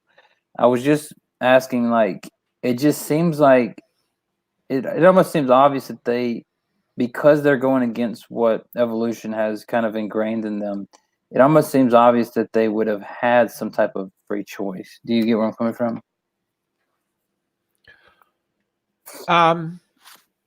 No, not really, because I don't think that whether or not somebody goes against evolution or not, it still could be determined that that's what they went, that's the direction they went. But I don't think that evolution provides a basis for morality, because that would be the naturalistic fallacy. Simply because we evolved to value certain things, it doesn't mean that those things are necessarily ought to be valued. Yeah, but I was pointing out in with hard determinism. I'm saying if hard determinism is the case, as Messenger believes it is, and we have certain values ingrained in us from evolution, and we seem to go ahead. Well, no, not everything comes from evolution. I mean, it comes from your family, your life circumstances, things that happen in your life that are outside of any kind of history decreed by evolution. I mean, those things are things that are outside of any kind of preferences given to us by our evolutionary past, right? So people can be abused, right? And that's outside of any kind of evolutionary concern. You mean like some people might be abused by other people? By other people, okay, yeah, sure. That's an event that takes place outside of any kind of evolutionary forces or determinations. So I guess that's what my question is. But how is that? How would it seems like that might not be determined? That's well, what it is I was determined. It is determined, but it's not determined by evolution. Well, no, I'm not. I don't believe that evolution necessarily supports hard determinism or not, but the inevitable outcome of something, which means two people being in a moment in space and time where one person's a victim and another person is a proponent of harm, abuse, and wrongdoing. That's an inevitable outcome, regardless. Yeah, or it wouldn't even have to be harmful. It could simply be beneficial. It could be an act of compassion or something like that. Yeah, but you were talking about something that was harmful. That's why I used that. Yeah, I understand. I sort of wanted to change it a little bit. So I don't see how those are not events that are determined by our evolutionary heritage. They're not in your genes. Those are just actions of in the world that is separate from any kind of evolutionary background that we have.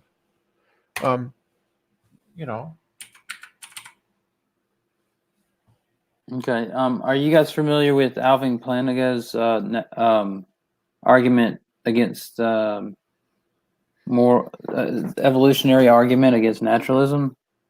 Yeah, a little bit. Okay. So what do you guys think about that? Like, what do you think about his argumentation and the formulation of his argument and all? I mean, any thoughts?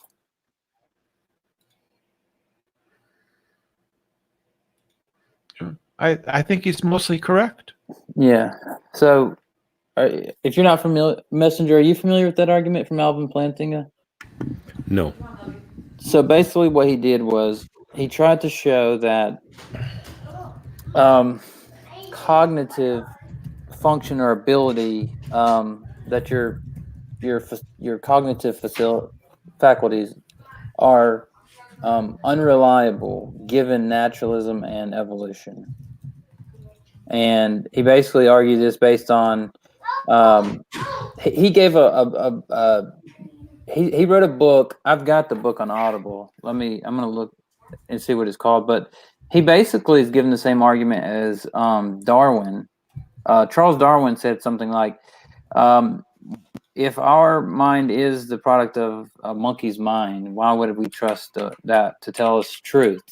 Here it is. It's Alvin Plantinga, Where the Conflict Really Lies. Well, you can't really see that on there, but yeah. So anyway, sorry. I don't know why you can't. Okay, there it goes.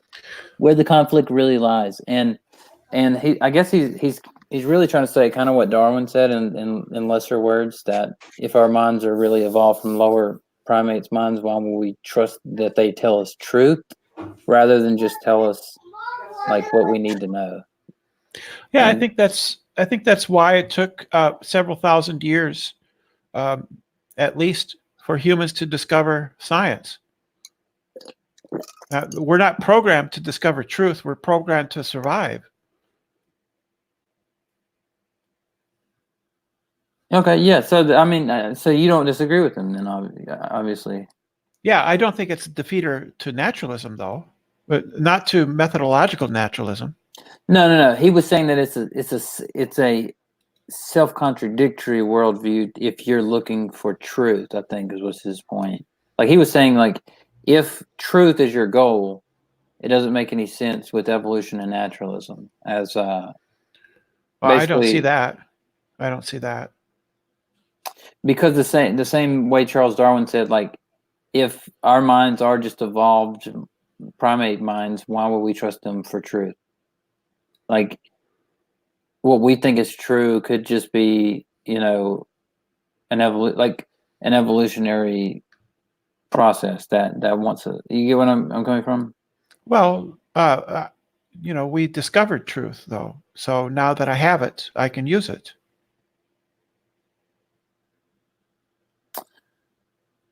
Okay, what was it? Okay, you want to repeat that again? Well, we have since discovered truth, and now that we have it, we can use it. We've discovered truth. Now that we have it, we can use it. So I guess what he would say is like, why would you think that we've discovered truth, given naturalism and evolution? Well, because I can make true statements. Okay, so again, I mean, I think he would just go into argue with that and just say, what is a truth statement? Well, a truth statement is something that corresponds to reality. And then he would break down step by step, like, well, does it correspond to reality according to what the evolved monkey's brain? You get where I'm coming from? He's gonna break down all those steps back to where Darwin came from, where Darwin said, if our brains are just the development of are just a highly developed monkey's brain, why would we trust that they produce truth instead of just what we need to survive or what we want to think is true? You get what I mean? And then that question's like, what about our thoughts of determinism and free will? I mean, and some of those things I haven't completely worked out for myself yet. Like what turns would I make there? So it depends also on what you mean by truth. I think that the reliability of my senses is something that evolution would sort of push for. Yeah, but so for example, evolution might push for that it's true that you don't walk off a cliff because you might die, right? But it may Well, not. yeah, if I can't see, I can't navigate the world around me. Right, but if it's the case that there's no such thing as love, for example, right? But evolution um, shows you that, tells you that love's a real thing. Like you should stay with your family and love them or whatever. But it may be at some point like love is not a real thing, for example. But you get where I'm coming from, right? Not really, because I was sort of focused on whether or not we could trust our senses. And I would think that it is, according to evolution, it's adaptive for the organism to be able to um, correctly perceive its surroundings, right? So you need to be able to identify the plants that you eat as an animal or the other animals that you eat, your food sources, and things like that. The usual response that people give is that the rustling in the grass could be Right. nothing, or it could be Could a be a lion, lion, and right. therefore we sort of err on the side of simply assuming beforehand that it's a lion. But that, I think that is somewhat counterindicated by the fact that you have to know that there's grass there. You have to know that there's ground at your feet, that you have hands, and that you can run. If you can't know those things, you're not going to survive at all anyway. And so there's a certain level of accuracy. I think that it's reasonable to assume that evolution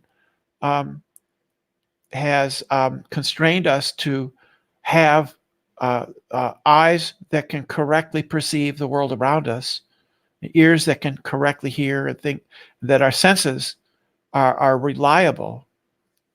It seems to me obvious. It doesn't mean it's always reliable.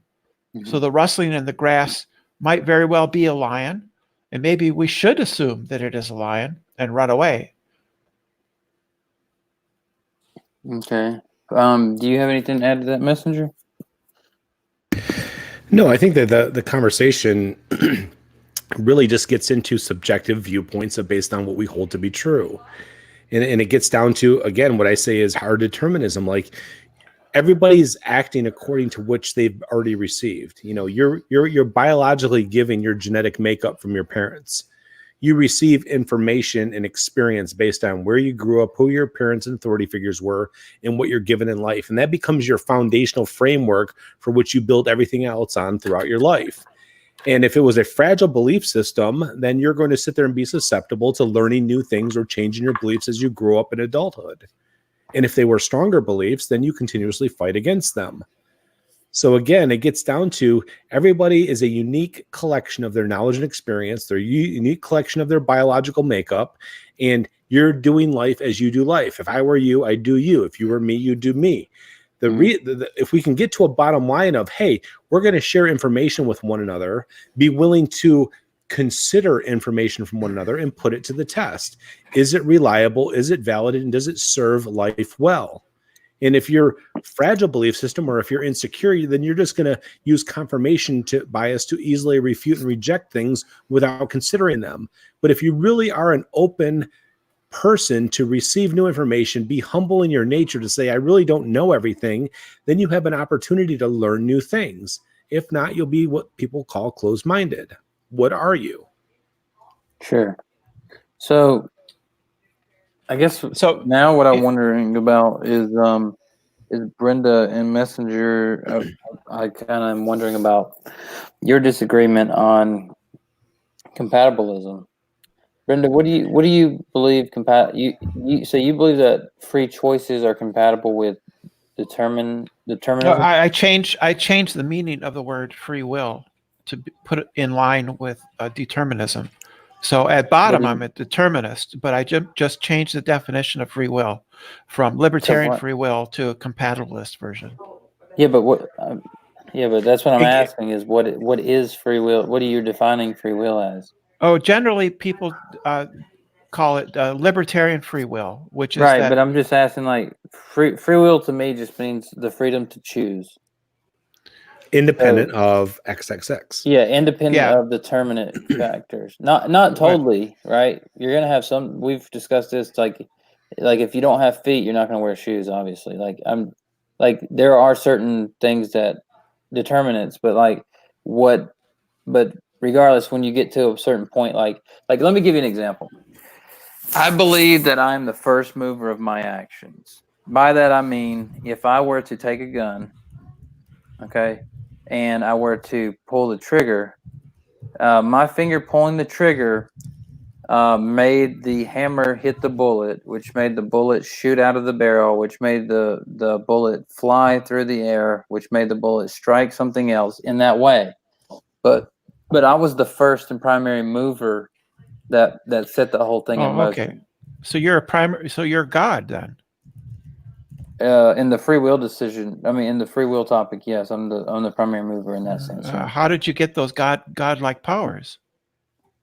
I wouldn't say they're godlike powers, but I could easily bring that from Scripture and just say we're created. But I could easily bring that from Scripture and say we're created in the image of God. I mean, that's okay. Which would be deterministic in its nature.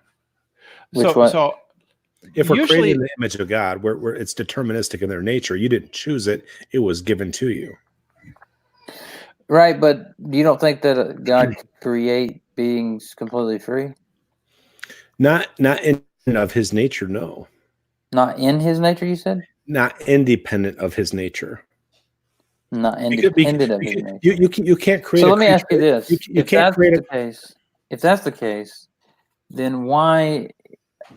Then why would God not accomplish his will the first, like if there is no free choice, it doesn't make sense why, for example, Satan was in the garden and why Adam and Eve chose to do wrong, and like all the choices, it seems like, that are presented in the whole Bible seem to be based off of free will. I mean, it doesn't seem like, if determinism is what the Bible teaches, it's like, so God put Satan there to make Adam and Eve fall, and then he didn't want them to fall, but he did want them to fall in that sense. You get where I'm coming from with that?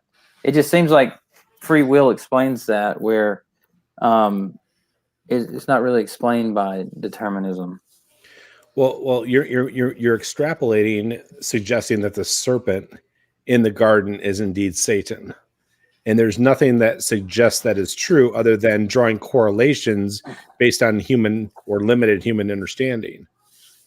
Well, I mean, I would disagree with that, because the term for the serpent there is the nakash in Hebrew, and that term can mean a shining being, or a serpent-like being, and I would just say that Satan. It said the serpent was the most wise of all creatures. So right. If it was a possession, like a lot of Christians suggest, then it wouldn't matter. A possession, you said? Like demon possession, like a possession. No, that's not what I claim. I claim what Dr. Michael Heiser, who is an expert in the languages, I claim what he says, that there are three distinct meanings in Hebrew for that term nakash. There is a serpent type being, there is a shining being, and there is someone who deceives. And I think they all three are there in the text, but I think the serpent language is just there for oral tradition, to make it easier to tell a story. But the correct specific is a shining or luminescent being. And the reason why is because in other passages, for example, in Isaiah 14, it calls the person who fell day star. O shining once, son of the morning, how did you come to fall from heaven? And then in the New Testament, it says Satan can appear as an angel of light. And so I would just say, if we're using that hermeneutic, it would make sense. But that's drawing illusory correlations, because number one, Isaiah 14:12 is referring to a fallen Babylonian king, not a made up fallen angel. Number two, what fallen Babylonian king was named Daystar? Nebuchadnezzar, it was an idiom. It was a, hey, you've raised yourself up to be the most high, like a day star, which was the planet Venus, which was the morning star. Jesus was Yeah, also but wait a second. Jesus was also referred to as the morning star in the book of Revelation. So is Jesus also equal Satan? But wait a second. We're jumping around because the term. I jumped around because you did. No, I'm talking about. We're talking about Isaiah, the book of Isaiah, right? Yes, but you used the correlation between Genesis and Isaiah. Well, no, I also believe that. And I used a correlation between both of those as well as lumping in Revelation. Well, and also suggested that the Jewish viewpoint and most Unitarian viewpoints is the misinterpretation of it being day star or the light bringer does not necessarily correlate. It's an illusory correlation because if you look at the Hebrew word, it does not mean illuminous. It's a misrepresentation of people trying to link unrelated events together. Wait a second. You're saying that the term that's used for the son of the morning or day star does not indicate luminescence. That is true. I'm saying that is a prophecy. The book of Isaiah, chapter 14, is a prophecy against a fallen Babylonian king, meaning most likely in that time era, Nebuchadnezzar. It does not refer to, in any way, shape, or form, the prophecy of a fallen angel as no. Wait, we didn't say. I didn't say Satan was an angel necessarily. No, but you're drawing a correlation between the serpent in the garden in Genesis relating to a day star Lucifer in the book of Isaiah, which represent there's a link between Lucifer and the serpent, according to your reference. So let's look at what about in the book of Job, chapter 38? But there's no link. The morning stars are mentioned. The morning stars are not mentioned in the book of Job. Okay. Then let me read. Let me see. The accuser and adversary is mentioned in the book of Job. Okay, so it says Job chapter 38 verse 7. When the morning stars sang together, and all the sons of God shouted for joy. Okay, but how do those relate to a Satan or a fallen angel? The reason why it relates is because, as Dr. Michael Heiser points out, he's an ancient. He's a PhD in ancient Semitic language. So I go to him for my Hebrew and my Near East. And do you think he also has a predisposition towards bias to sit there and support a belief system? No, not him specifically. Some others that I listen to, I believe they might, but not him specifically because he tends to take minority views on a lot of things, but not all things. On this, it's becoming a majority view, and I'll tell you why. Take for example, Deuteronomy chapter 32. It says, "Go and ask the elders, the people of old, and they'll tell you about when God split up the nations according to the number of the sons of God." Now, in that verse, most Bible translations translate it as sons of Israel. But as Michael Heiser points out, Israel wasn't even a nation at that point. So how could he separate them according to the number of the sons of Israel? Second of all, the Dead Sea Scrolls and the Septuagint both say sons of God.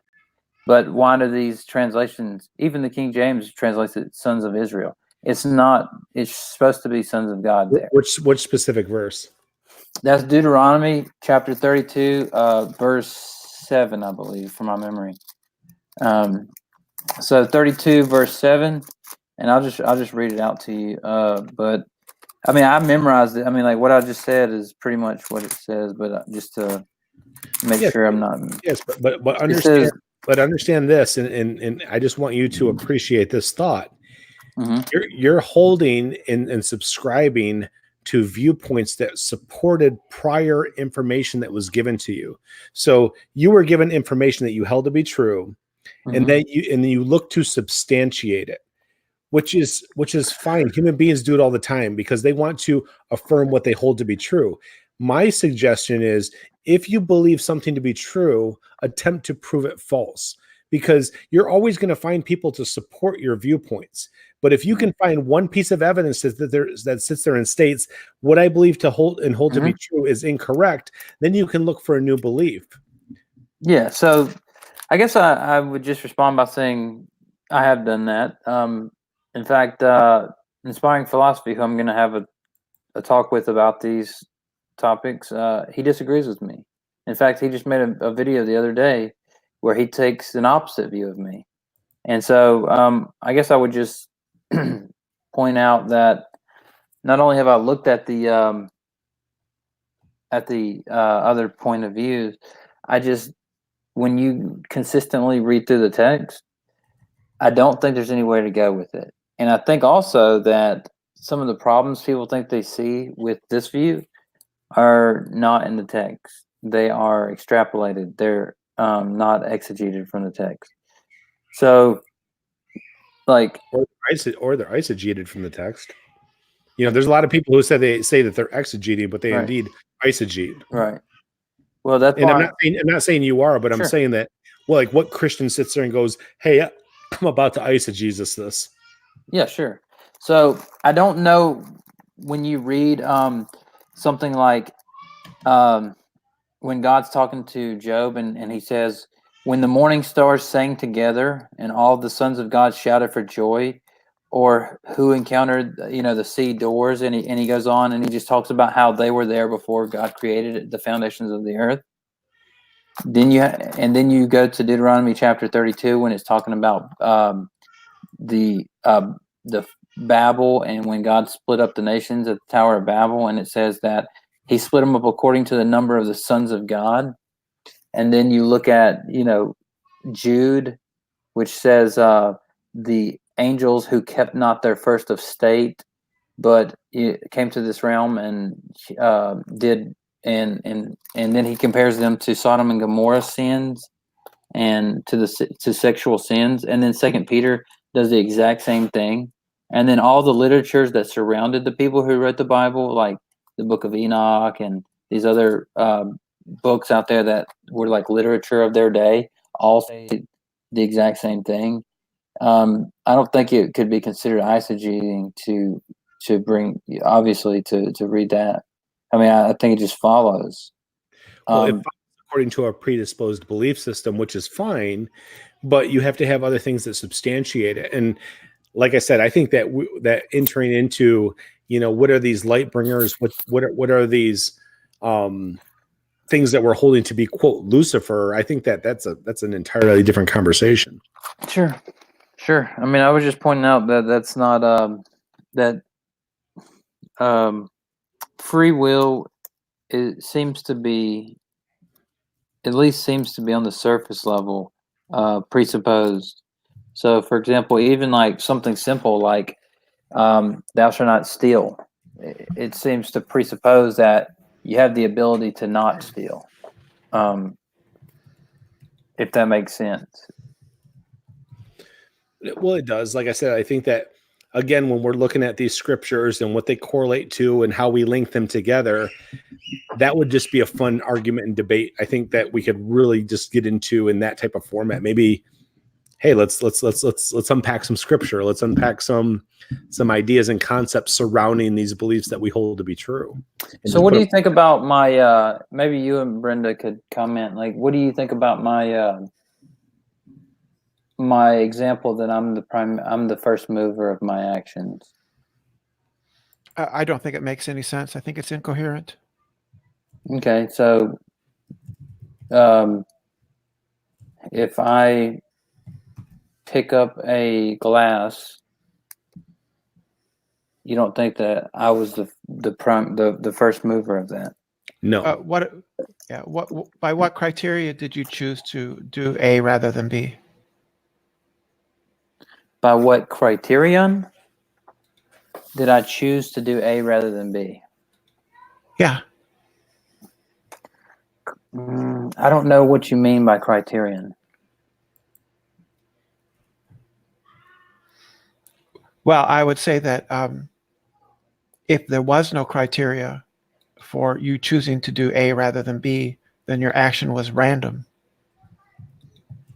I think that you have a choice between either determined events or random events. Random events have no antecedent cause, so there's no criterion by which you could choose to do A rather than B. And determined events have an antecedent cause determining So that. So you're that's saying what I think. that I couldn't just will to choose something over another thing without having something determine me to do that. Correct. Yeah, there's something in a determinate manner that predisposes you to act and behave and choose and decide in the manner in which you do, which is what I was breaking down in the debate that I was having with Praise. Like these biological, cognitive, experiential, and emotional processes and all their determinants dictate everything you do, everything you act on, behave in, choose and decide, express.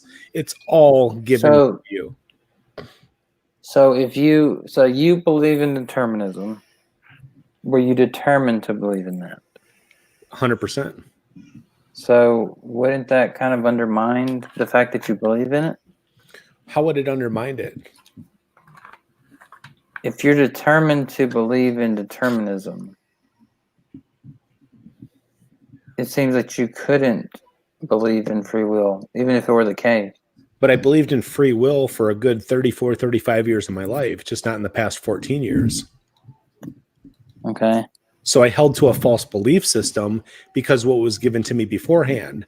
But once the revelation and information was given to me that substantiated what I learned to be true and refuted what I previously held to be true, then my belief system switched because that previous belief system was fragile in its nature and was incomplete.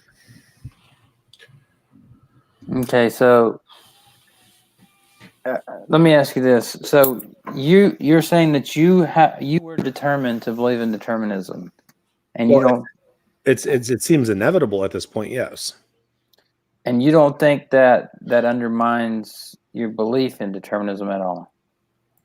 I don't think it undermines it because it's what I was destined to become. Because remember, destiny is the inevitable outcome of hard determinism, not free will. Say that again. Destiny is the outcome of hard determinism? Destiny is the inevitable outcome of a hard deterministic worldview. I don't think necessarily. Because if you can't live a life of destiny if you have any ounce of free will to change that outcome. I guess you could in the Molinistic way. That's why I adhere to Molinism. I don't think so, according to my understanding of Molinism. So God could have chose that this is the world that he wanted to accomplish, the destiny that he wanted to accomplish, but he did it by allowing people freedoms along the way. But but making somebody aware of their ability to choose does not make people aware of how and why they do what they do. I'm sorry, I was reading a comment. Say that one more time. I said that people having the ability to choose or decide does not necessarily make it true that it's not determined what that choice or decision will be. They just don't understand all the inner determinants that dictate choice, which is what I really try to break down to people from a psychological and clinical counseling aspect. What's up, dry apologist? Hey, how's it going? You wanted to add something to this conversation? Well, I don't want to cut Messenger off, so you can. Not at all. Go ahead, bud. No, he was finished. Go ahead. Oh, okay. So yeah, I hear this argument all the time that like libertarian free will means random choices, and I have an ongoing debate on this on my Go channel. ahead. But anyways, I just don't agree with this argument. So maybe Brenda or Messenger, if you could break this down for me. I mean, I've heard it a bunch of times. I get where it's coming from. I just don't think it follows. So can somebody break it down for me? Like libertarian free will entails random choices. I mean, I think there are different definitions of what random means. So I can agree with it at one level, but not agree with it at another level. Well, it just depends on what those levels are, because I think that when you get down to compatibilistic viewpoints, which means that people get to a point when they really understand what hard determinism is to go, it's really hard to reject hard determinism when people present it in a way that's understandable. At the same time, human beings have a difficult notion, just experientially and emotionally, to go, I'm not in control of what I do. Because that's a very, for somebody who's not confident in that worldview, it gets into a perception of fatalism, or, man, my life sucks and it's always going to suck. My life is never going to get any better if this is true. Rather than realizing, hey, there's just things that I don't understand yet. There's things that I don't understand that dictate how and why I do what I do. And if I better understood those things, I could have different outcomes in the future than what I have right now. Yeah, I mean, I get that knowledge affects the choices that we make, and you can interpret that in a deterministic model.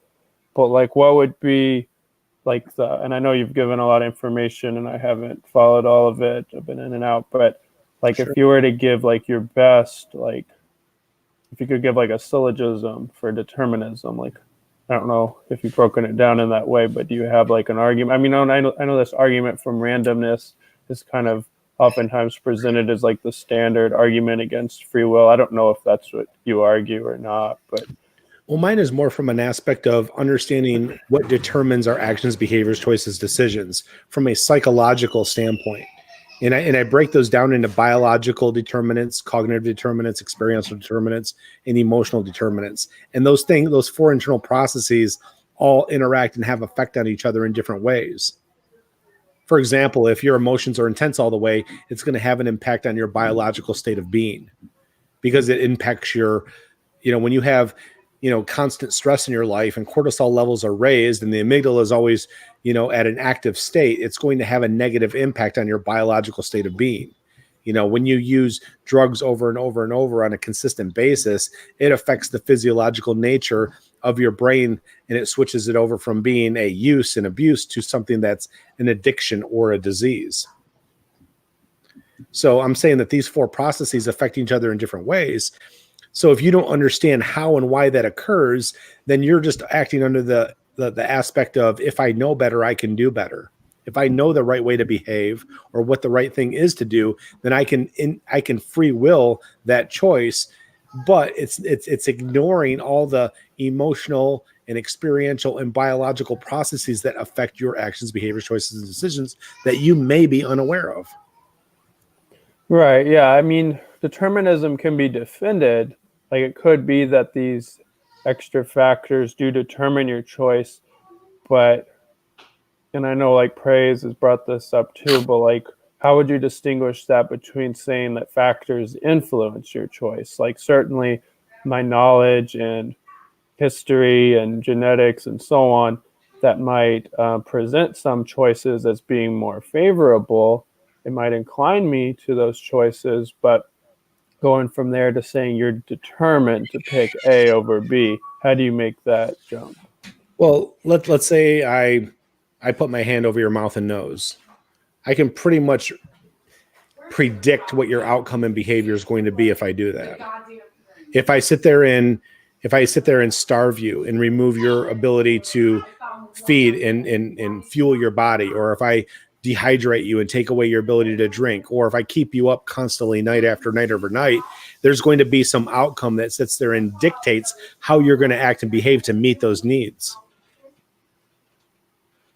I don't know that it would dictate, though. I mean, yeah, there are some, like, yeah, if you put your hand over my mouth, then yeah, I mean, we can predict that I'm going to react within a certain framework. But I mean, even within that framework, I could respond in different ways. Like, say I push you away one way or another way. Like, even in that circumstance, I think I have a level of freedom, or at least I can defend that I have a level of freedom. So, I mean, I definitely get that there is influence from your knowledge and circumstances and so on, but I don't know that that proves that it's determined. You can defend that it's determined. That's one aspect of just saying that your physiological needs will be the highest priority for which you act on, which means you'll make time to get those needs met. And I suggested that the second categorical need is pleasure seeking, which is what feels good, and the third, falls into avoiding displeasure. That everything that you act and do and desire in life falls within those three categorical needs, either physiological, pleasure seeking, or avoiding displeasure. There's nothing that you could tell me that you do or don't do that doesn't fall within one of those three categorical needs of what drives your behavior. So I'm just saying that if I starve you or I attempt to prevent you from one of those three things, yeah, I could take away your pleasure and you might be able to sustain it. I may make you feel displeasurable and you may be able to sustain it based on your moral fortitude or your ability to cope with such things. But if you didn't have those coping skills or those abilities, or if I really starve you of your physiological needs, which are biologically driven, it would be very interesting to see you say, you know what? I'm not going to remove his hand from my mouth and nose. I'm just going to sit here for a finite period of time until he lets go. My guess is at some point, you're going to physically act in a way that allows you to breathe. Well, let's take an example that's not survival based, at least not in an obvious sense. So like if I'm choosing like what flavor of ice cream to eat, like how would you apply your model of determinism for like why would I choose vanilla over chocolate? Because when it gets down to pleasure things, they're very subjective in their nature, which is taste and preference is taste and preference. And we should never argue over your taste and preference versus mine. We can't sit there and say pizza is better than hamburgers. We can't sit there and say that steak's better than chicken. We can realize that when it comes to pleasure seeking, which is the hedonistic things that are centered within our brain's chemistry of dopamine and serotonin, it drives us both physiologically as well as neurologically of what we have taste and preference for. Now, if you're introduced to certain foods by your parents over a period of time, what foods do you think you'll grow up most likely enjoying? You know, if I sit there and give you a Mexican cuisine for most of your life, you probably have a more affinity towards spicy foods. But if I grow you grow up in Midwestern America and everything you're introduced to is just hamburgers and fries and hot dogs and more bland, non-spicy things, then that's going to be a level of taste and preference. Now, if you're introduced to those things later in life, could you develop those things, in a pleasure-seeking way? Perhaps. But you like what you like and you dislike what you dislike. You don't choose what you're attracted to. You don't choose what pleasures you. Those things are an innate compilation of your knowledge, your biological makeup, and your experiences that you've been subjected to. So if we raised you out in Afghanistan and we gave you certain morals, beliefs, and ethics and language at that time, you're a very different person than you are right now. So how could you free will think yourself out of that situation? Yeah, I mean, there's definitely influence, but like when I think of a situation like, am I going to choose vanilla or chocolate ice cream? Like, I like both of them. So to me, it seems like in a situation like that I have the power to make the choice. I'm attracted to both of them. And in some sense, it is random in the sense that I could go either way, but it's not random in the sense that I'm out of control. And I'm not saying that you're arguing that, but that randomness argument, it's like, yeah, I could choose vanilla, I could choose chocolate. They both have good qualities. I don't know that my upbringing or my need to survive determines one choice or another. I never said that pleasure seeking was determined by physiological needs. I'm not confusing those two. I'm saying they're two very separate categories. But let's say, why are you choosing sweets in that moment instead of something salty? Why are you choosing something sweet and salty in that moment rather than something that's savory? So again, when it gets down to these things, there's things within our biological, cognitive, experience, and emotional makeup that are all working together in any given moment in time that dictate what that one thing is going to be in that moment.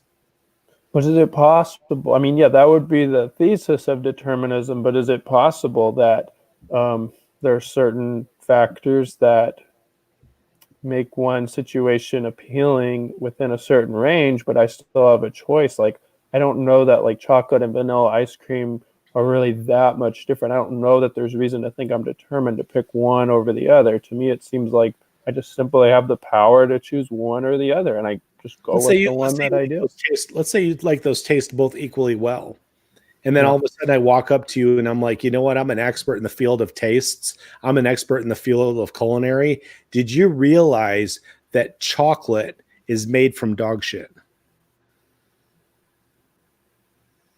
Do you believe potentially that could influence your desire to ever experience chocolate again. If you held to be true what I suggested. I it don't can feel like eating influence. it now. That's for sure. But my point Right, it being can influence, yes. but I'm saying that's an experiential moment where I presented information or misinformation that could have an influence in what you decided. Or what if I go, you know what? Everybody that chooses vanilla are Republicans, and you're a Democrat. How could you ever even like vanilla? Do you know that that's the preferred sweet of everybody who's Republican? And all of a sudden, I've influenced you in a very cognitive way that's opposing your taste and preference within your tongue. Yeah, it can be influence, but I mean, But you get the point of that's what makes everything so subjective and predetermined based on our knowledge and experiences that we've been a part of uniquely. Like you have a unique collection of your knowledge and experience. I don't have that. So unless you present to me the information and why you hold it to be true, I can't understand that 100%. I can understand it partially, and I can only understand it partially either based on my knowledge of human behavior or what you're willing to share with me. But if you didn't share with me your life experiences, what went on, then I'm just best guessing it based on my own, which have nothing to do with you.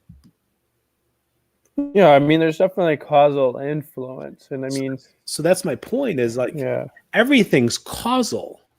Your parents, you didn't choose them. What area of the country you grew up in, you didn't choose it.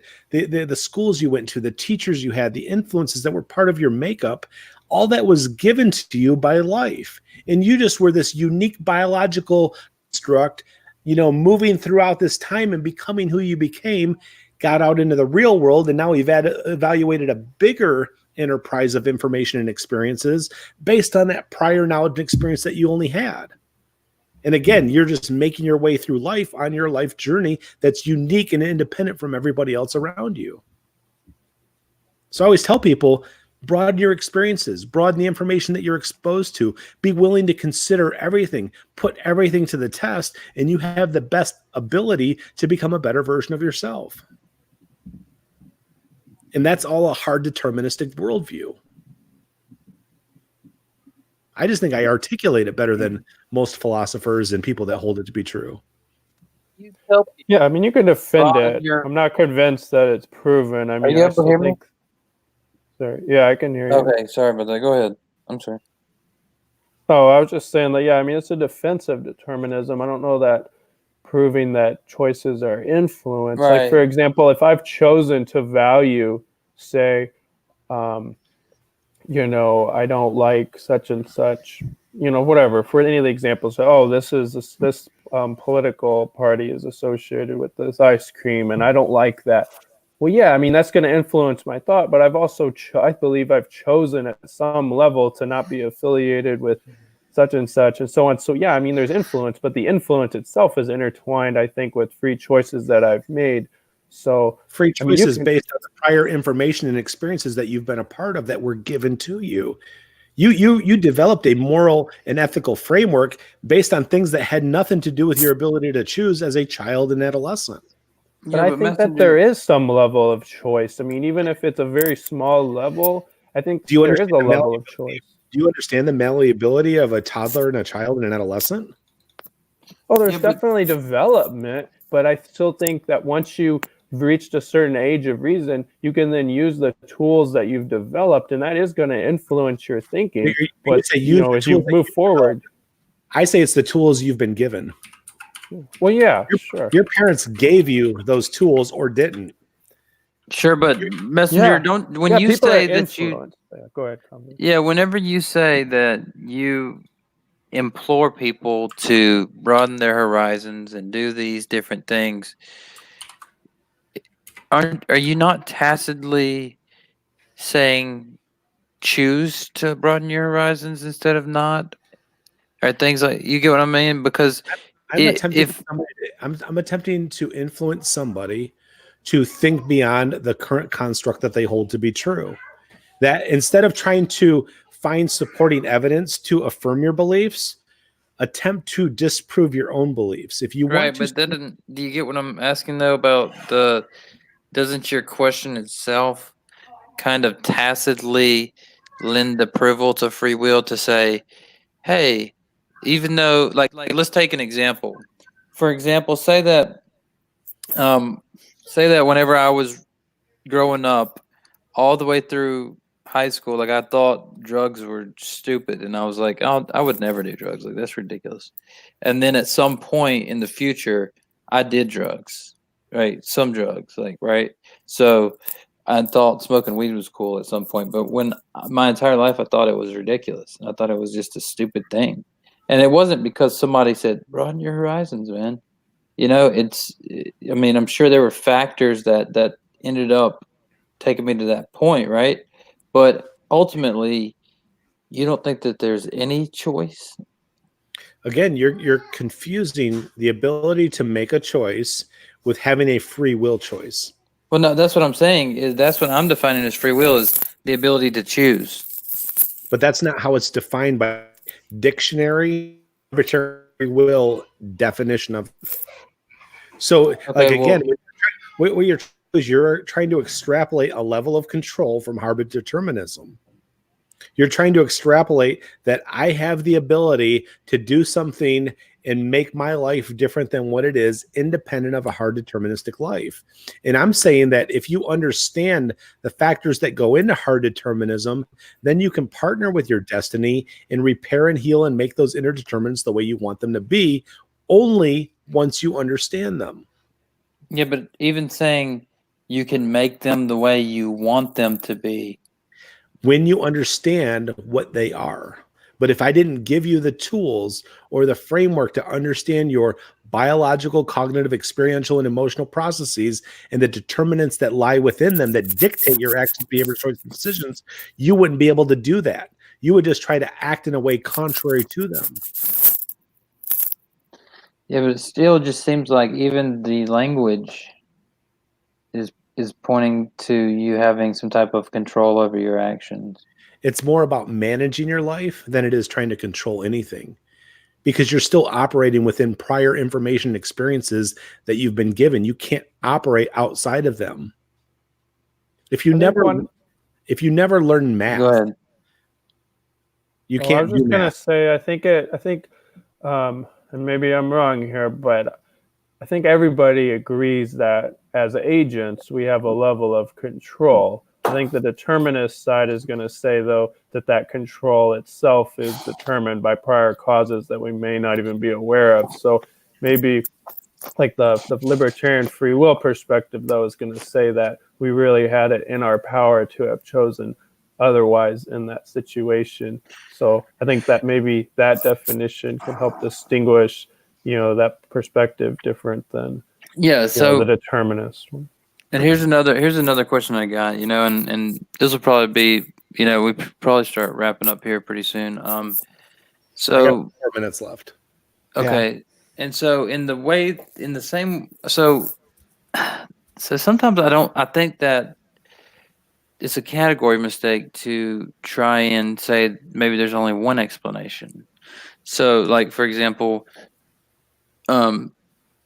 did the guy, I believe his last name was Kahn, who created the first automobile, to say, did Kahn did the agent create the first automobile, or was it the mechanism of engineering and combustible engines and all of the science that's behind that? Did that explain how the car was made? Well, you really need the agent and the mechanism to explain that fully. So I guess what I'm asking is, maybe it's a category mistake to say that it's that there's only one explanation. So perhaps everything is determined up to a certain point, but maybe that you could still have free will. Do you get where I'm coming from? Yes, but anybody who's invented something that somebody considers new has taken one piece of information and many other pieces of information and then correlated them according to their own intellect, which is biological, to formulate a new idea or concept and then put it to the test, or was willing and desired to put it to the test. So when the first person that developed the quote first automobile built on prior technologies and science that existed before him or her. Right, but my question was, what explains the first automobile being created? Was it the agent con? It's neither. It's a correlation of information and experience that came before him or her that was correlated according to one's intellect. Because, I mean, you have some people who have genius intellects. A person with average intellect isn't going to invent a whole lot of things. It's going to take somebody with a above average, gifted, and genius intellect to be able to think outside of the current information and experiences that they've been given. Yeah, but I don't think I don't think that explains it, because if somebody were to ask, like, the point I'm getting to is that, like, so take evolution, you can say, well, does evolution explain human development, or does God? It's like, well, hold on, why can't it be the mechanism that was used by the agent to create human development? But then you're just getting into word articulation and to draw meaning towards something. No, what I'm saying is maybe perhaps there's more than one explanation to answer a question, and that's what I'm wondering about. This is that, could it be that there are all these determining factors, but at the end of the day, there's still a choice in some sense. But you're saying that choice is an internal state of being, and choice is the outcome of that internal state of being. And I would say that's a lack of understanding what drives human behavior. Your responses to the world are actions, behaviors, choices, and decisions. Your choices and decisions aren't internal processes. The internal processes are biological, cognitive, experiential, and emotional. Those inner determinants dictate the outer response, the response being actions, behaviors, choices, and decisions. People who hold a free will believe a choice is an internal process that dictates a lot of things. It isn't. Yeah, I'm still unconvinced of determinism, but I admitted at the beginning that I didn't have a defeater for determinism. I think that it is it does seem to go against our intuition, but I understand intuition is not always correct. Caleb, do you or Brenda have anything to add to this before we get off the stream? No, I think it's been an interesting discussion. I really have enjoyed it, though. Thank you very much. Mm-hmm. What about you, Caleb? Yeah, I mean, we could keep going. I guess one last thought I have is, to me, like the free will determinism discussion, kind of like what you were saying, converse about intuition is, like arguments about the external world. There isn't maybe a logical contradiction in denying the external world, but it seems implausible. And to me, that's kind of how determinism seems. But I know that people on the determinist side have the opposite perspective there. I think that's where we disagree. But yeah, go ahead. I think, Caleb, one thing to ask is, in virtue of what does the agent choose to do A rather than B? And there needs to be some kind of criteria to understand why the agent does one thing rather than another. And I think that you'll find that the choices are limited to either random or it's determined. Right, I get that's the dichotomy, but if by random you mean not determined by an outside source, then yeah, I agree. But if by random you mean out of control with no explanation, well, I would disagree. I would say it's under the control of the agent. And here's one thing that I'll leave in my final thoughts. Throughout both the initial debate with Praise and then the after show here with the number of people that have come on, I've suggested that there's 4 internal processes: biological, cognitive, experiential, and emotional processes that dictate your actions, behaviors, choices, and decisions. I also further stated that there was tens, if not hundreds, of determinants within each of those 4 processes. Do you know how many people asked me to describe or articulate some of those tens or hundreds of internal determinants? Nobody once asked or even was curious to go explain to us some of the tens or hundreds of inner determinants that fall within those 4 processes. not once. But I would But I ask. think we kind of understand. But if I asked you, give me 6 biological processes that go on that determine human behavior, I doubt people could give that answer. Yeah. So Give I mean, me the 5 primary emotions and at least 10 tertiary or secondary yeah, emotions. you have all. Okay, so there are Do you see my definitely. point though? Yeah, so humans have certain, like, for example, humans value variety.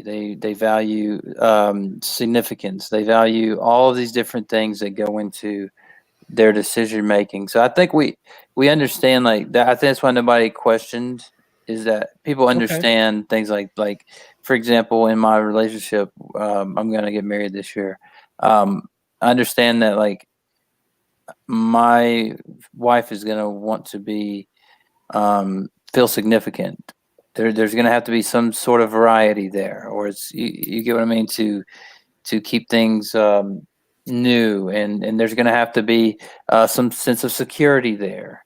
She's going to have a security gland, and that kind of thing. So Sure. I think that's why nobody questioned it, is because we all kind of realize that there are determining factors, but that I think when it comes down to it, though, as um, as dry apologist pointed out, and as I pointed out at the beginning, if you can deny your intuition on something like free will, your experience of the world, you could also potentially deny other experiences and intuitions that you have, and you just have to ask yourself, like, that gets you down to solipsism or epistemological nihilism, or there's a lot of places that you can go with that. Now, obviously, we're not going to get to the bottom of that tonight. I don't think that we've provided a defeater for determinism, but I don't actually think that we've proven that free will is impossible either. I think you gave a good case, though, and I think you did well tonight in the debate. And it's something I definitely want to think more about. So appreciate everybody come by, and Oh, thanks for having us. yeah, definitely. I enjoy these conversations. So, is there anything else before we go? No. It was nice meeting you, Caleb and Brenda. Yeah. All right. Well, hey, listen, you guys catch me tomorrow on S.J. Thomason's channel in the afternoon, and then Scholar Fiction channel in the evening. And we'll see you guys then. All right, take care, CC. Have a good one.